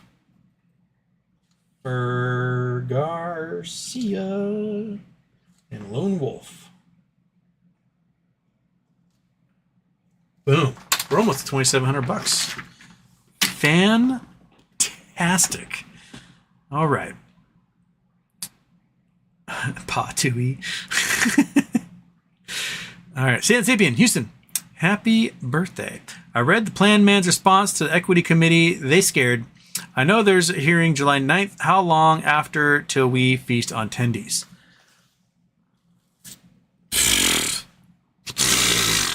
I mean, I've been hoping this thing will wrap up monthly since September. Now the 2024 bonds, their closeout date got pushed to, I think, July 20th. They were supposed to happen in April, and they pushed it to like May. They pushed it to June. Now they pushed it to July 20th. Maybe we're waiting for the Batye. How do you pronounce that guy's name? Betrayed. His class action suit against Ryan Cohn, pump dumping. Maybe we're waiting for that one to get dismissed. That case is also a complete disaster because the dude was day trading Bed Bath & Beyond and sold all of them before Ryan Cohn announced that he sold his shares and therefore doesn't have a leg to stand on. Also, he hates retail investors and thinks we're all a bunch of monsters and is a short seller. So, like, I don't think that case is going anywhere. It'll get tossed like the Todd and Judith case. Maybe we have to wait for that to happen, finally. I thought the Todd and Judith case would get done and that the Batye case, Batay, how do you pronounce that guy's name? I can't remember. I'm trying to look at it in my brain how it's spelled and I can't remember. It's got a B-A-T and a Y in there. So we have to wait for that one to get jettisoned and then, you know, yeehaw. Attending oneness, Snartler. One is American and one is German. I recommend HSB because they actually support local issues a lot and their music alludes to that, like Heart and the Ocean. Did I miss a Snartler one? Oh, Darkest Hour. That's the band. Okay.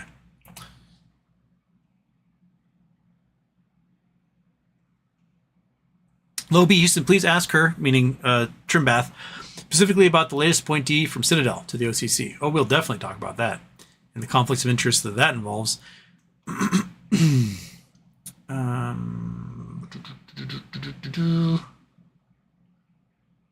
Lone Wolf, Black Clock starting new exchange in Texas, good or bad? Terrible. Absolutely terrible. Terrible. We got another anonymous donation. We got a Stephanie L donation. And we got Michael Anthony. So, Stephanie L. Stephanie L. Boom. And Michael Anthony. Anthony. Boom.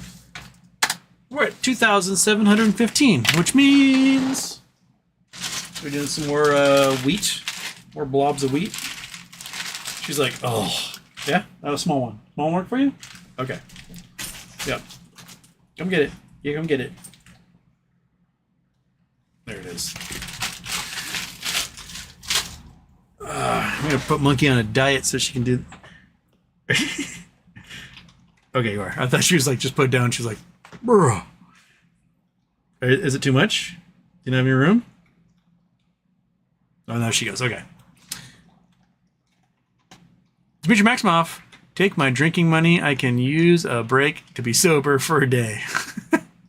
Thank you, Dimitri. Was that your anonymous there? Did you accidentally anonymous? Whatever. We'll take it, Dimitri. Adam M. Houston, what's your thoughts on Mind Medicine, Cybin, and Compass Pathways? These are psychedelic companies. Do you feel they have a future in helping mental health? Did you finish it all? Good job. I don't know anything about those companies in particular. I have read enough to be dangerous about psychedelics in treating people. I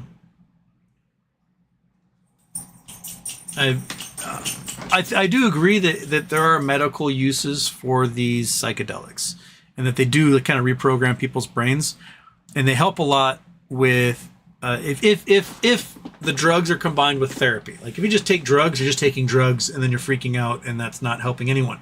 But if you take those, if you microdose those drugs with a therapist, I do think that there's beneficial things as a result, and that those beneficial things can help with PTSD, CPTSD, bipolar disorder, borderline personality disorder, lots of things that affect people that require various treatments. And so, yeah, I think they're great. I have no idea if those companies are going to help in that, or if they're if by the time this stuff gets made legal, that they're going to be the ones around to do anything about it. So at this point, they're kind of like hopeful companies. They're going to require reclassification of those drugs that they're supporting, and that is a lot to ask for. That they're doing weed right now. They're going to reclassify weed, and all those weed companies are going to make money. But I think to get to like, hey, do some psychedelics that can mess you up is going to be a bigger step. My mom treated folks at the Veterans Hospital who took acid once when they were 19 years old, and their brain has been broken ever since. Right? If you are, borderline schizophrenic and you take one of those psychedelics, you may never come out of it. Right? So there's going to have to be a lot of research into who can have access to these things, how they're going to be administered, and how regulators are going to guarantee that it's being done in these proper settings versus, oh yeah, here, I'll take your weed card. Here's 24 hits of acid. Have fun there, dude. How that's going to be different. Toys for tits. Eric, if RC has a deal being finalized, or if GME announces some deal done, then isn't there a kind of blackout period where GME cannot do another at the market dilution for a month or so? I have no idea. None. I know insiders wouldn't be able to buy, but not a clue as to dilutions with acquiring another company.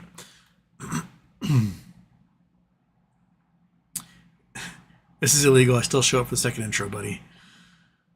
Well, you got a third one today, because after I complained about the second intro, I did it again because I never actually turned it off. Did Chilpa get catnip yet? He slept all over it. He's now somewhere. Both animals are now somewhere. They're out. They left. They ditched me. They're gone. Oh, there's a reset of the chat, but it also shows me that Walter Ribeiro and Cade McFadden jumped in here. So Walt Ribeiro. Boom, and Cade McFadden.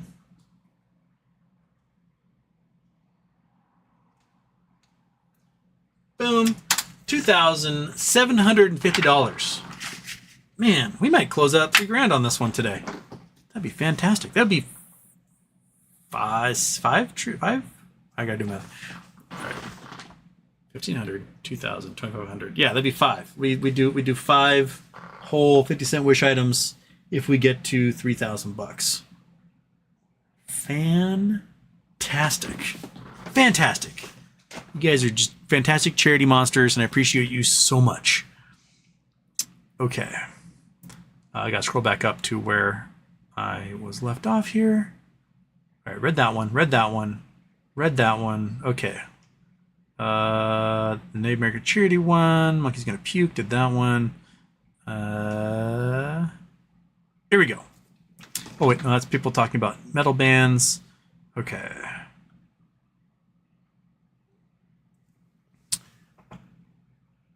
Containing oneness, Houston, you hear about the doctor disrespect story, admittance to talking inappropriately to a minor. I didn't know who that was. It's a Twitch streamer. I, every once in a while, stream on Twitch at like 1 o'clock in the morning playing GeoGuessr. I don't really watch Twitch streams, and I have no idea who that was.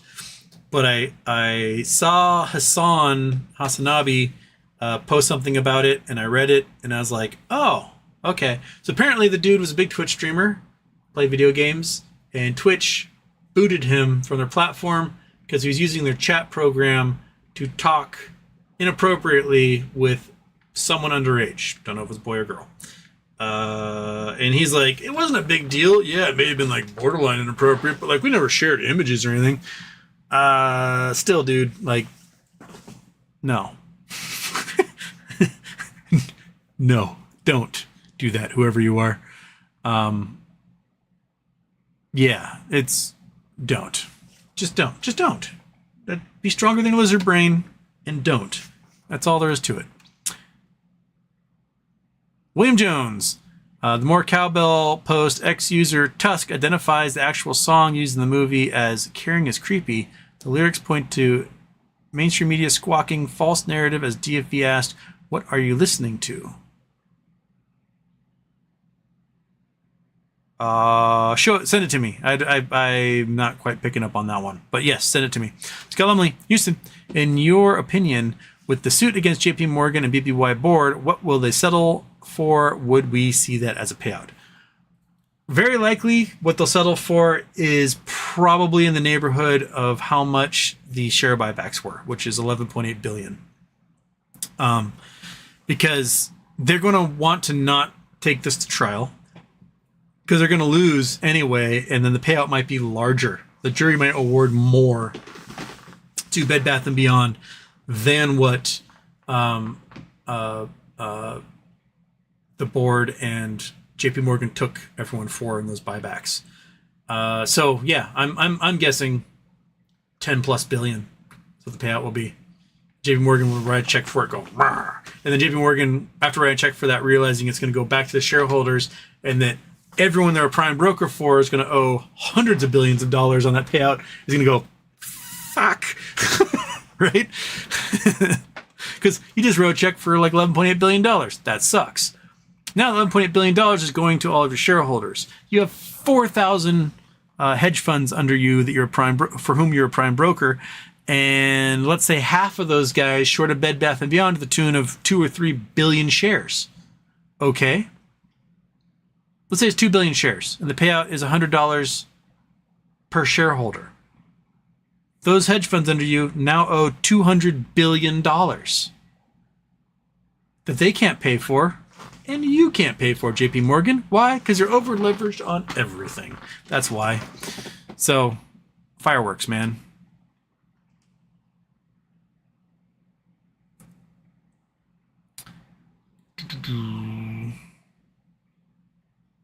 William Jones, damn the damn discovery. Jamie Dimon.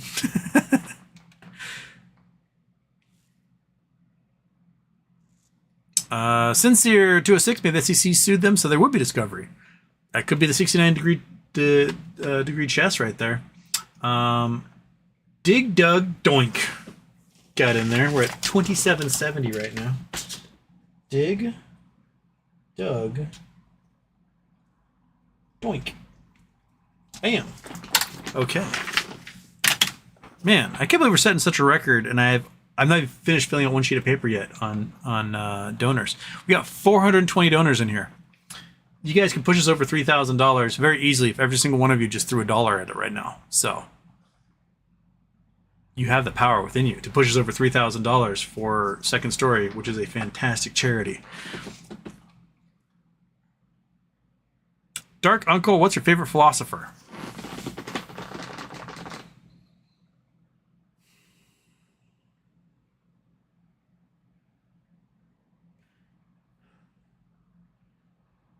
I think my favorite philosopher might be physicist Fritjof Capra. He was a theoretical physicist, but he wrote a couple of really great books. He wrote The Tao of Physics and a book called The Turning Point. And Turning Point was made into a movie. What was the movie called? Mind Walk. And it is a dry as shit movie, but it's very interesting to watch. I don't know how to describe it. So The Turning Point is about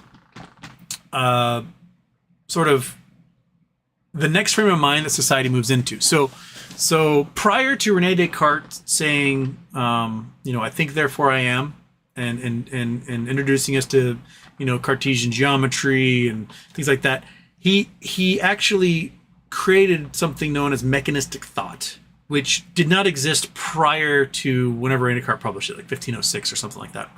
And it's really hard for us to think about. And mechanistic thought gave rise to people like Adam Smith and his division of labor and Wealth of Nations and things like that. And what essentially is our ability as humans to look at a system and replace a part rather than the entire thing. And it sounds weird that prior to like 1506 or whenever Descartes postulated mechanistic thought, humans did not think that way.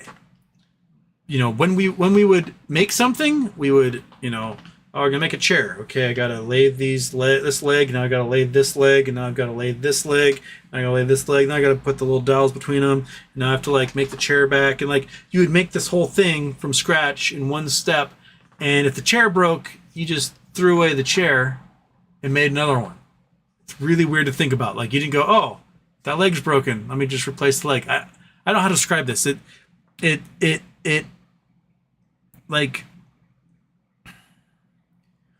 you're driving a car, the clutch goes out, you replace the clutch. You're driving a car again, the clutch goes out, you replace the clutch.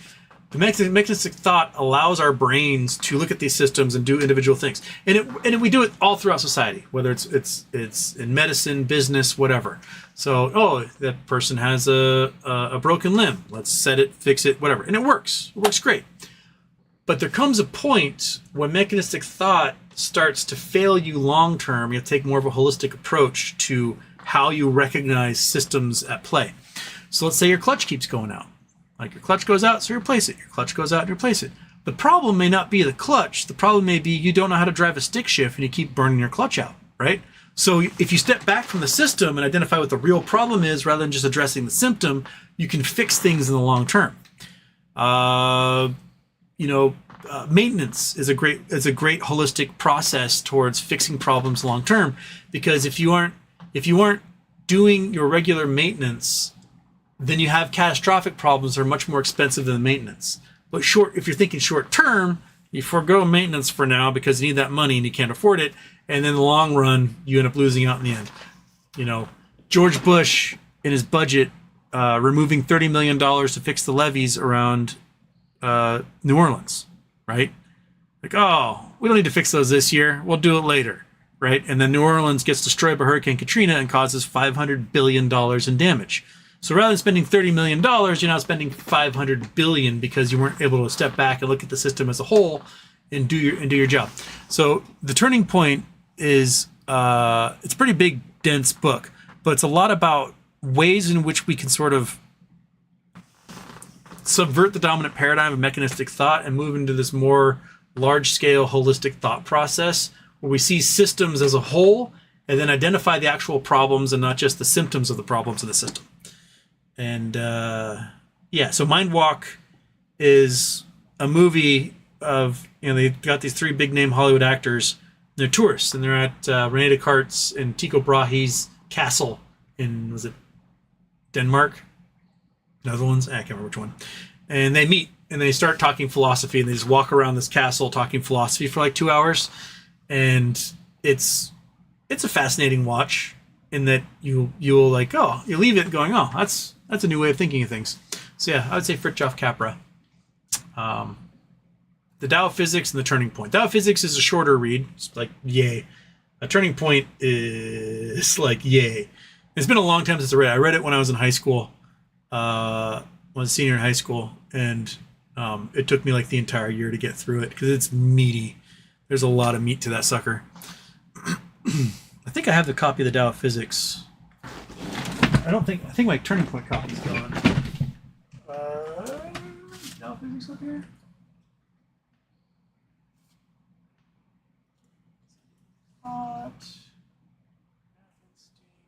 You aren't here. Where might be in the other room? Well, gotta be. Is it there? No. Now I don't know where it is. It might be in the other library. So, holy crap! We're at $2,815. Who got in here? Prontal coming through. And the Dig Dug. Wait. It's for charity. It's for good cause. Oh, so sticky. Okay. Where am I? $2,815. So $185, monkey, and we are to 5 50-cent wishes. This will be a record for the number of 50-cent wishes we've given away. 5 of them. We've done 2 several times, but never 5. Okay. Where am I? That was that one. That was that one. Okay. BM says Ding Dong, King Kong, Bolly Bing Bong, NVIDIA. Sure. William Jones at a 68-cent cost average on my BBYQ. All right. I think I was around 25 cents because I bought a whole bunch when it was at like 7 cents. Tampa Bay Buckeye Houston, check out Rivian. Bought $12 call, 628 Holy Toledo, 49 cents to $6 after hours. Shorts are effed. I did not know Rivian was exploding right now.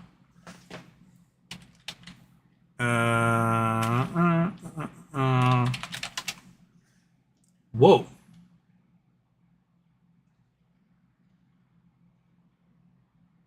Right, 69 cents. Oh, your calls went 49 cents, $6. Yeah. Okay, so after hours, floating around just below $12, and right at close, right at $12, boom, after hours shoots up. We peaked at 1880. So those suckers are going to be up a lot. Yeah, at least 600 in each one of those suckers. Nice job. What was Rivian's announcement? Volkswagen investing $5 billion in Rivian. That's the announcement. Okay. There you go. See, this is proof that you can squeeze and still invest in other companies, right? Volkswagen squoze. They can still invest in other companies. Ta-da! You can still do it. All right, that will cause it. That will cause it to happen right there. Shabam. Nice. Good job there, Tampa Bay Buckeye.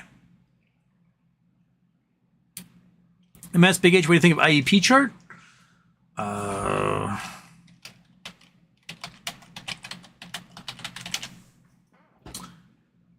a lot of climbing today. That's probably from the announcement that the ICAM bought. So it went from 1580 all the way up to 16 whatever. So we're up 5% today. No, flounder, woohoo. Now, this is a stock that was at $80 at one time, sat around 50 for years. Right, bounced around 50. Right here is where the Hindenburg short and distort came out. April 2023, and then shabam, hammered down, dropped more than 50%, dropped 60%, had a little bit of rebound, and then just kept sitting down in this 15 to 20 zone ever since. Actually, I think it was a rebound, and then they cut their share, their dividend from $2 to $1, and that's what caused it to sit around here. But I think that was ICANN setting up the trap. right?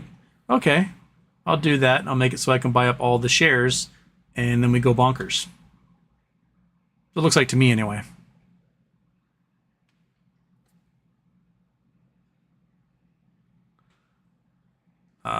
Doug Jones, ding, Houston Wade just missed being killed. Talking about the tree limbs falling, the Widowmakers. This came a foot from dying from one of those too. Yeah. So, Greg Abbott, governor of Texas, he was crushed by a falling limb, and he sued. He sued the property owner and won millions of dollars. And so his wealth derives from the fact that he was crippled by a big giant Widowmaker. The crazy thing is that he signed a law making it illegal to sue people over the thing that he sued for and made him rich. So if other people get hit by falling tree limbs from poorly maintained trees these days in Texas, they can no longer sue and get a payment from insurance companies, etc. So it's a very much one for me, none for thee type situation. Right? Right, monkey? It's messed up, bro. It's messed up.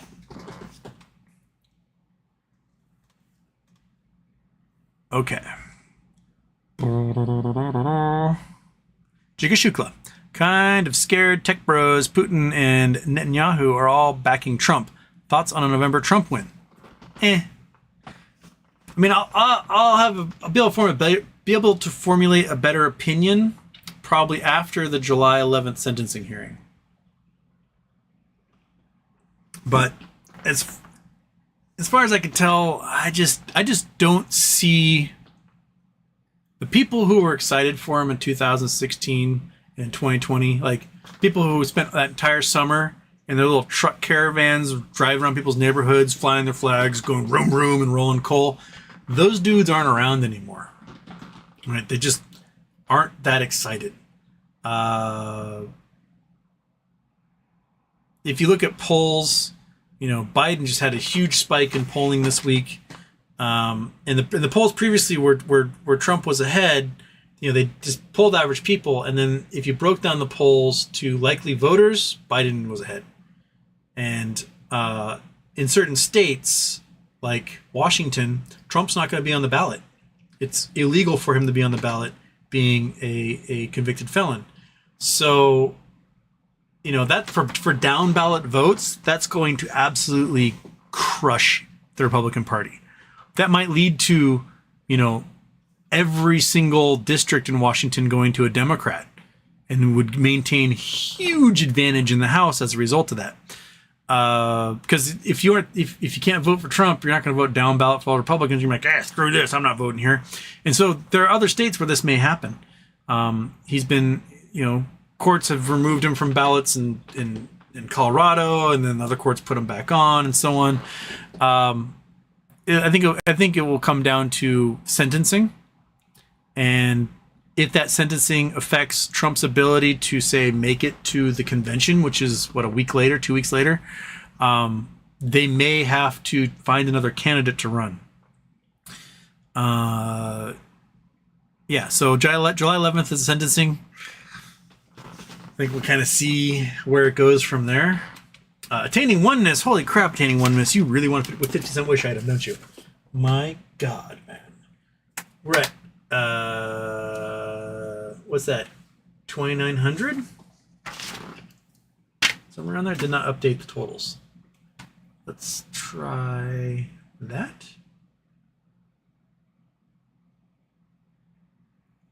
Boom. 2,960. Holy smokes. And that, I know, monkey. Are you full yet?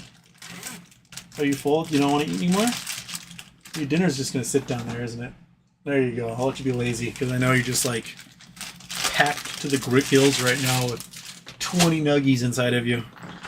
But it's for a good cause, right? It's for a good cause, you little poop factory. Okay.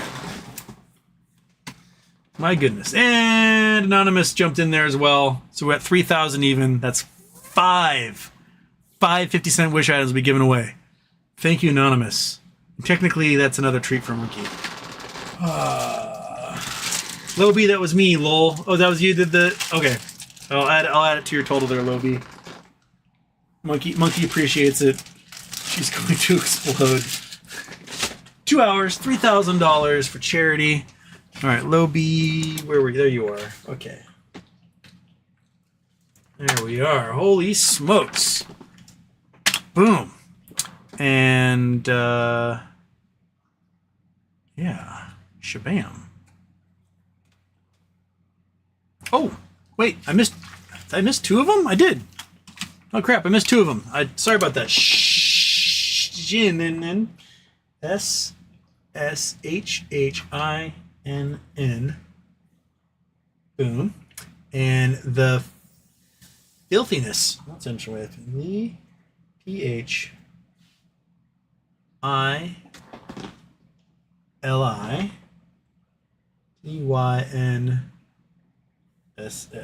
The filthiness. Boom. Hot damn. $3,000 even. I'm in awe of all of you. On not MOASSed. You guys, this probably puts us at 4th or 5th most ever for charity. So nice job. Nice job indeed. You guys are just awesome. William Jones, I think that the latest Kroll filing, MJ1, seeking a seat at the bankruptcy committee regarding stockholders is sus. What do you think? I think it's a giant waste of time, personally. He's like, well, even when we get 1 cent, it's a huge, problem for the shorts. 1 cent is not a huge problem for the shorts. $1 starts to be a big problem. $10, huge problem. $20, they're screwed, and so on. But if there's a waterfall, there's a waterfall. That's it. If there isn't, there isn't. Our number one concern should be, is there a credit bid? Do we get our equity back? That is where the shorts are screwed. And if you spend all this time throwing wrenches in the gear and slowing stuff down, hoping for a waterfall out of this, who gives a shit? All I care about is my equity back. I don't care about getting a penny. Cool. I lost more than that gambling options, right? So I think MJ1 just, him and Bruno have just like really slowed these things down, forcing lots of lawyers to pay for legal fees to talk about this stuff and address it, and just let them do their job. Either it's a win or it isn't. That's it. It's a win or it isn't. Those are the 2 options. And you trying to get on the equity committee or whatever, the bankruptcy committee, is not going to change whether it's a win or a loss. It's just going to slow it down by another couple of months. So stop it. Just let them do their job at this point. Either you trust that there's going to be a credit bid, or there isn't going to be. If there isn't going to be, it doesn't matter if you're on a committee or not. You ain't going to get shit. Metal Slug XT, what do you think about the Great Taking? Great Taking? Is that the WEF conspiracy thing?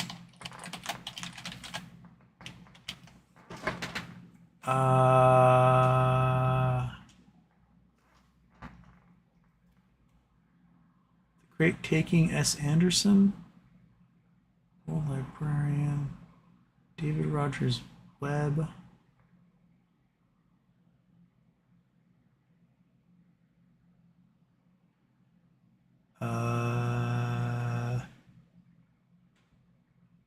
Great Taking.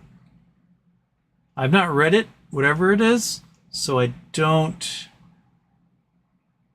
know about it. So I can't give you an answer there, Metal Slug. Looks like it's like a 100-page book, but I've not read it, so I don't know. Trey Spider, Houston. I bought some July 19th, $27 calls. Let's fucking go. Let's fucking go indeed. LFG all the way. Eric, time for another PSA with information on Second Story.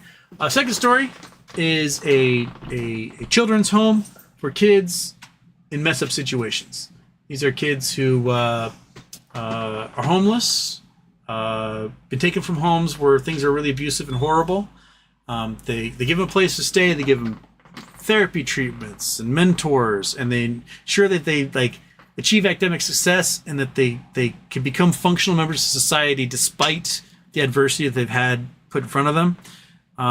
They have a fantastic record of graduating the kids in their homes, and they aren't just like, this particular part of their charity is the children's homes, but they also have shelters for families, like women's shelters for abuse, unwed young mothers, victims of sexual trauma, things like that. So they do lots of work, and they also help, because like most people have a family support system, right? You turn 18, you go off to college, or you go into your career, you still have family that you could be like, hey, family, I ran into some trouble. I need help. And there's somebody that would help you. Second Story does a good job of also following these kids through their early adulthood to make sure that they do have a system of support. They do have someone to go to for advice and help, and if they get into trouble, things like that. So it seems to me to be a fantastic model for what should be other groups like that around the country, around the world. So yeah, I think they're a great charity, and so thank you guys for giving us 200% beyond our initial drive. We did $3,000 so far today, so thank you so much.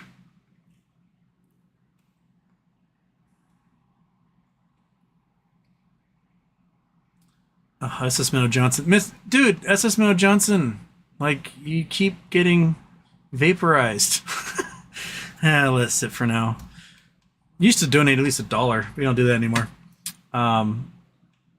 Okay.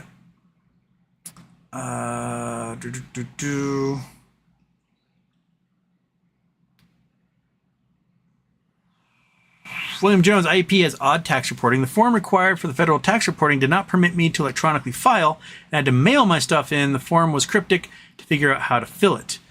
I've read different things about the equity unit, or whatever it is that the shares are technically for IEP, and that some folks are like, oh, the tax is already paid by the company, and what you get is untaxed. And other folks are like, no, what you get is taxed. But if you take equity instead of cash, you won't pay taxes on it until you sell and stuff like that. So, yeah. But yeah. Dig dug doink, shot ungulates. Ungulate power.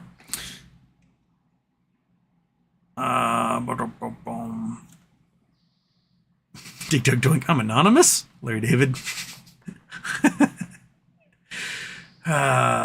Was that you? Was that anonymous? You, Dig Dug Doink? That $20 one? Should I attribute it to you? Dig Dug Doink. Okay. Rumble Brilliance 8008 Houston. Michael from PP Show was speaking with Ramirez about options. Ramirez purchase calls for today. Okay. Noted. I probably should have pulled the trigger then today, huh? Hey, Kaylee Kennedy, get in here. Kaylee Kennedy. With that Canuck money, boom. And SS Minnow Johnson actually donated something. SS Minnow Johnson. Boom. All right. Wow. Dig Dug Doink, $5,000 new goal. Well, we're going to go for another 20 minutes or so, and whatever we get in that time, fantastic. Let's go. Okay. Ghost Hosts. How are gains calculated for call options? Is a percentage increase in price equal to that for 100 calls? Times 100 for calls? Kinda. So it depends on how much implied volatility there is at the time, how far away the options are from expiring, and how much over or under the strike price they are. So if you're in a period of low volatility, look at where the strike price currently is, like where the options at the current price are, and say, okay, if you're at the money, you're paying a $300 premium, so $3 per share for the 100 shares. And so if the stock price moves up and puts that sucker way in the money, you're looking at about $1 per share per dollar over the strike that they are. So if you're at $25 and you have a $300 premium and it goes to $26, you're looking at around $400. You have a $300 premium plus $400. If it rockets really quickly and implied volatility goes to the roof, the premium could be $1,000 plus $1 for every dollar above the strike you are. So if it shoots up $10 and it goes to $35, you might have $1,000 or $10 per share in those 100 shares, plus another $1,000 in premium with high implied volatility. So you might have a $2,000 contract that you, shortly before you paid $300 for. And that's kind of how it works. I generally ignore the premium most of the time when I'm doing the math in my head later. If I buy it here and the price ends up there at this point, I just figure the difference is what I'm going for, because I don't know if it's going to get there quickly or if it's going to get there via a slow climb. And if it gets there quickly, the implied volatility goes nuts, and those shares can be worth, those contracts can be worth a lot just on the implied volatility alone. So does that make sense? That's how I look at it. Bam, big ass Mexican. Hey bro, I appreciate your shows and everything. It's the first time I've tuned in live in a while. Quick question: did you hear anything about MMTLP this morning that it was supposed to start? It was supposed to start trading at $2,000. I have heard nothing about that. Sorry, Bam. I've heard nothing that it was going to start trading at all. I'm sorry. But yeah, so Bam, we raised money for Bam. He broke both his legs in an accident a few months ago, and your surgeries are over, if I remember correctly, and you're hoping to be allowed to put weight on your feet again in a month or so. It should be great. You can start getting back to work, and I hope you're doing well. We're at 3,092. Rosses. RAUCES. Boom. Darren Saunders.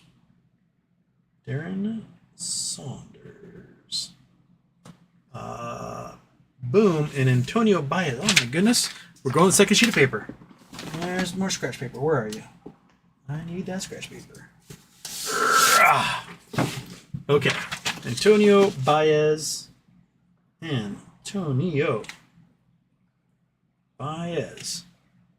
Boom. Second sheet of paper attained. All right. We're at $3,092. Woo! 209.2% above our goal. Excellent.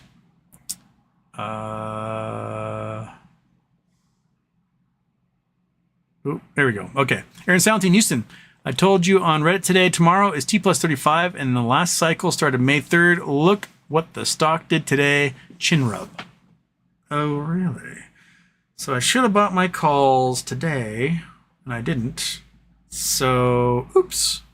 Maybe I can get in early in the morning. We'll find out. Dig Dug Doink. Cheers to UHW. Thank you. Walter Ribeiro Orchestra.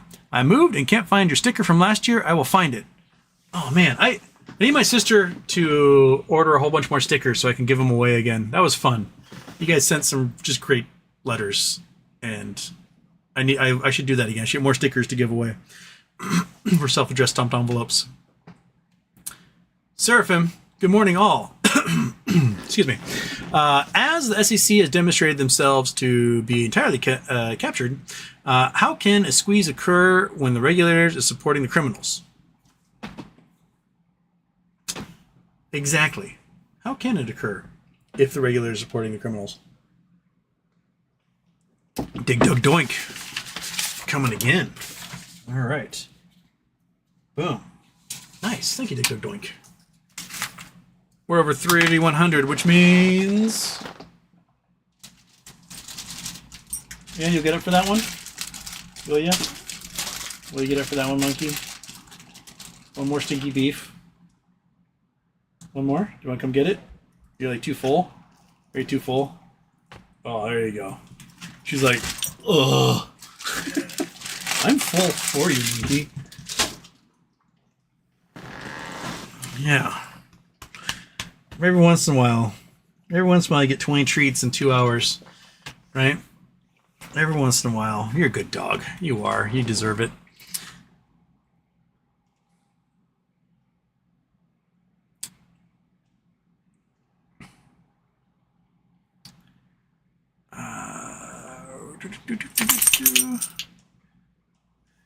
Dig Dug Doink, much respect to you, thank you. And the Low B says, Dig Dug Doink, 10 out of 10 on your outros for PP Show. Oh, you do the outros, fantastic. Dig Dug Doink uses good job, good deeds. He's a cool dude. Well, thank you. Lone Wolf, when I'm getting blue balls. I don't know. I'm gonna be bouncing around on him like Randy Marsh soon. Tulip. If they know we have figured out the 35 cycle, will they pivot and retail suffers again? Several tweets from Moonlight Kitty suggest to be quite still talking. Could he be talking about the cycle?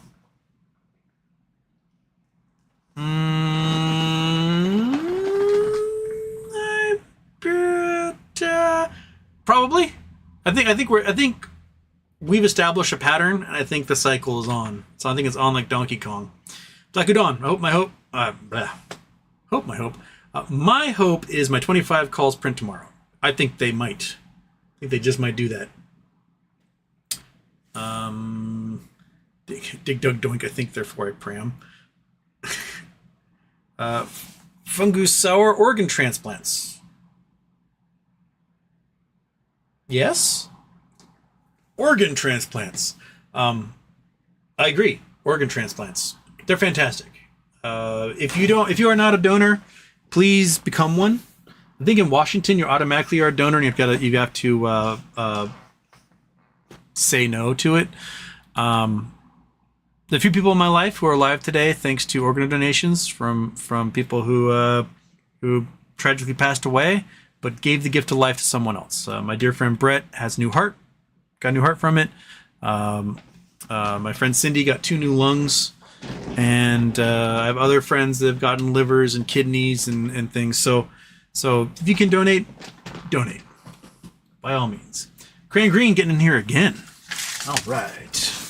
Crayon Green. Where were you, Crayon Green? You were right there. Boom. Shabam. 3127 now. And Frozen State Productions in here. Okay. I think Frozen State's got to be on page 2. Frozen State Productions. All right. 3132.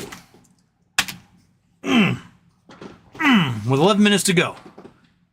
So what can you do for me? What can you do? Tampa Bay Buckeye. Wall Street equals ingratiated bastards versus retail nerds with aggression with short thesis on shorts. Yes. DM. VW investing $5 billion in Rivian. Exactly. Okay, Charisma. What's your dog's name? That's Monkey Butt. Monkey Butt, Destroyer of Worlds. Right? That's you. You're Monkey Butt. Monkey Butt, Destroyer of Worlds. She's a good dog. Okay, Charisma. Who's going to win the debate?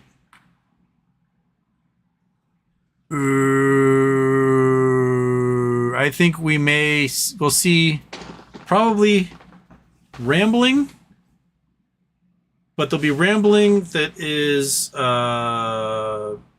slow to get to the point, and then rambling that has no point. I think those are gonna be the two ramblings we'll get out of the whole thing. Hamid Hosenzad, they say that right? Hossein Zaid? Wild Love for Chuck Capper 2. The Web of Life is my favorite book. I have not read The Web of Life. I should probably read that one. I've only read Tao Physics and Turning Point. So, The Web of Life. I'm going to put that down. Web of Life.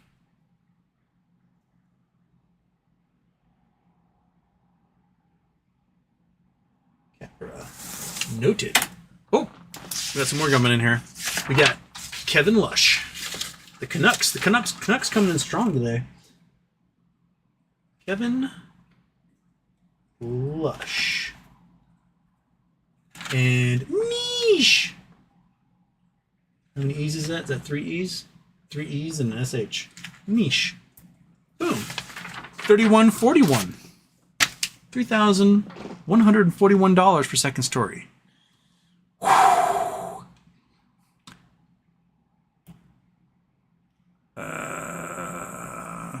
Low B, oh my god, you're going to be up all night taking her out to poop. she's going to be a factory, that's for sure. Yes. Hamid, gonna watch the movie tonight. Thanks for the recommendation. Mind Walk. Yeah, it's, you get prepared. There's not gonna be no action. There's gonna be no sex. There's just gonna be 3 nerds talking philosophy for like 2 hours.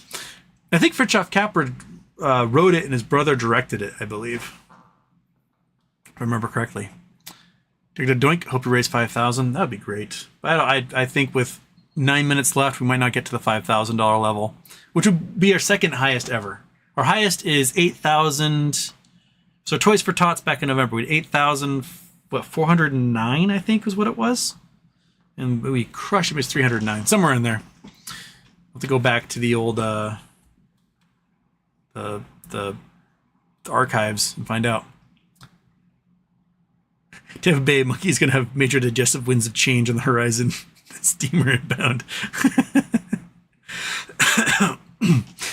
Dig Dug Doink, where's Pulte? Philanthropy happening now. By all means, if Pulte wants to come in and just crush it with 9 minutes to go, that'd be great.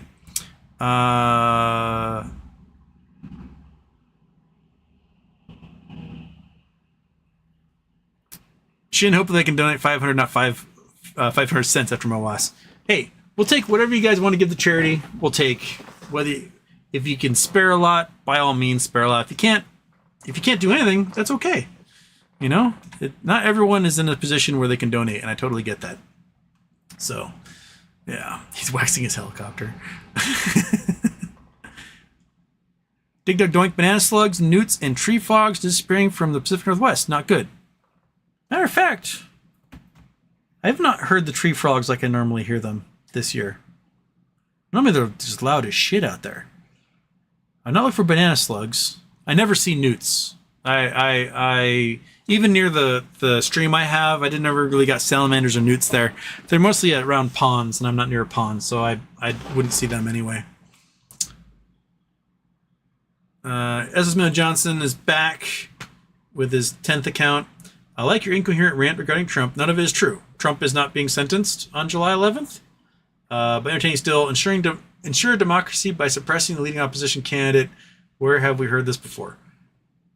Other places have had leading opposition candidates sign documents confirming their crimes, being on video committing their crimes, on audio admitting to their crimes, having their co-conspirators turn state's evidence against them, be like, here's all the evidence of the crimes that were committed, and then, agree upon the jury who then later convicted them.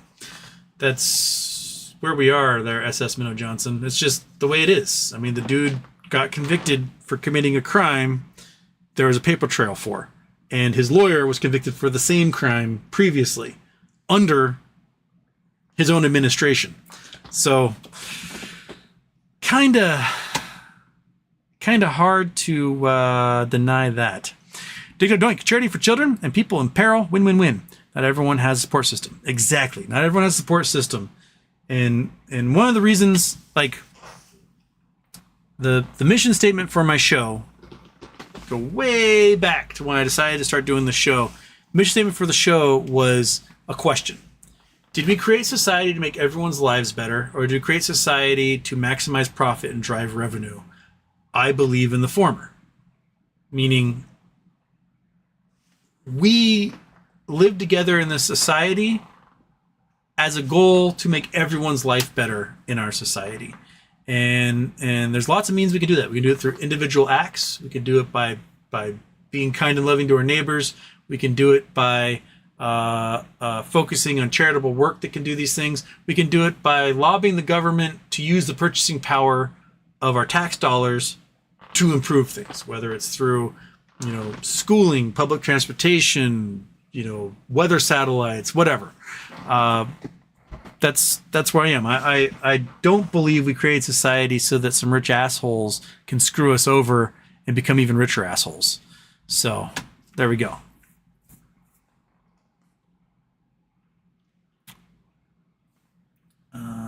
Got another anonymous in there. Thank you. I got 4 minutes left.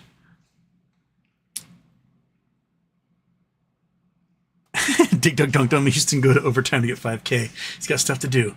Probably go to the post office. But guys, Mexican, thank you, bro. No, thank you, my man.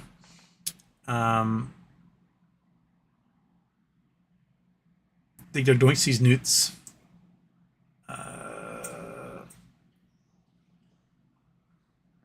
Dig Dug Doink could throw my net bending Great Outdoors gif in here if I could. Was that the Great Outdoors? Was that the one? It's like Dan Aykroyd. I remember seeing it as a kid and thinking it was hilarious. One of the raccoons, right? Like the kind of anthropomorphic raccoons. I have to watch that again. I remember enjoying it as a child, being like, that was funny. And then I have no memory beyond the raccoons and Dan Aykroyd being in it.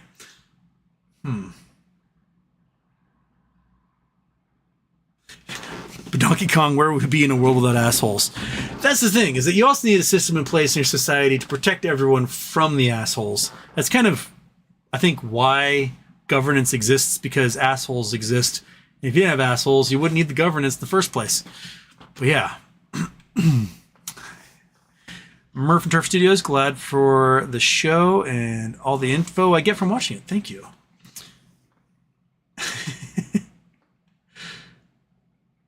Dan Aykroyd and John Kennedy. I thought John Kennedy was in it. Best movie. I'm gonna have to watch it again. Oh, maybe is it on streaming platforms? I'll watch that again. Colin, what happens when the government is full of assholes, though? Viva la revolution. That's what happens. Okay. All right. I made it. I'm on a Charity Tuesday. I made it through the chat. This is insane. Absolutely bonkers.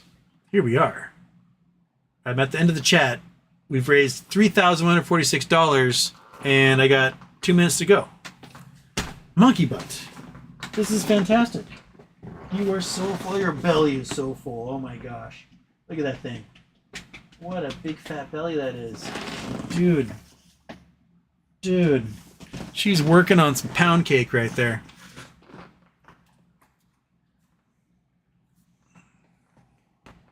Low B, great show. Thank you. CDC, in Back to the Future, we made it in 2024. If Back to the Future made it in 2024, Doc Brown would have used a Cybertruck instead of DeLorean.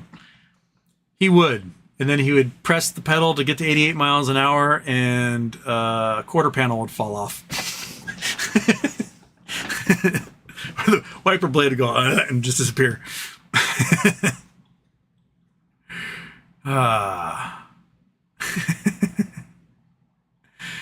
Very short movie.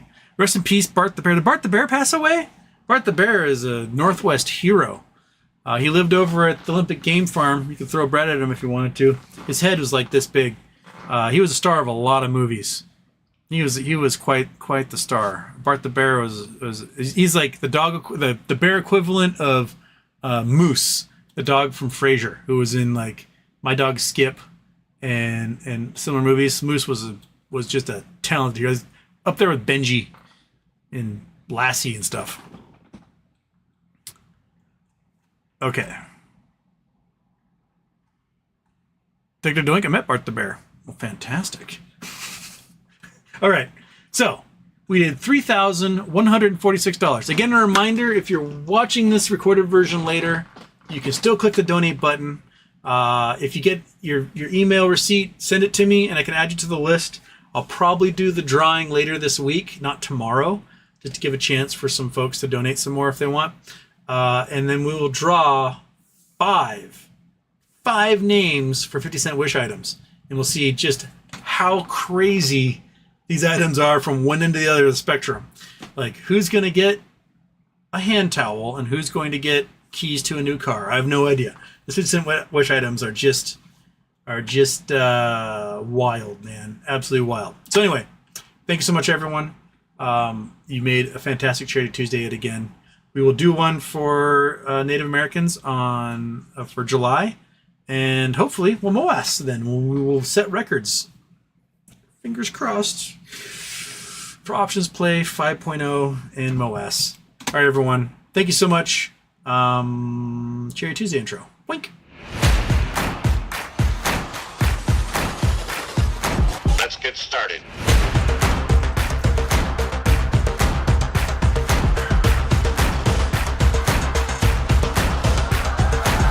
Let's go. Houston, we have a problem. All right, everybody. From my heart and Monkey Butt's very full stomach, thank you so much for donating to Second Story today. And I'll see you guys sometime tomorrow. Bye-bye.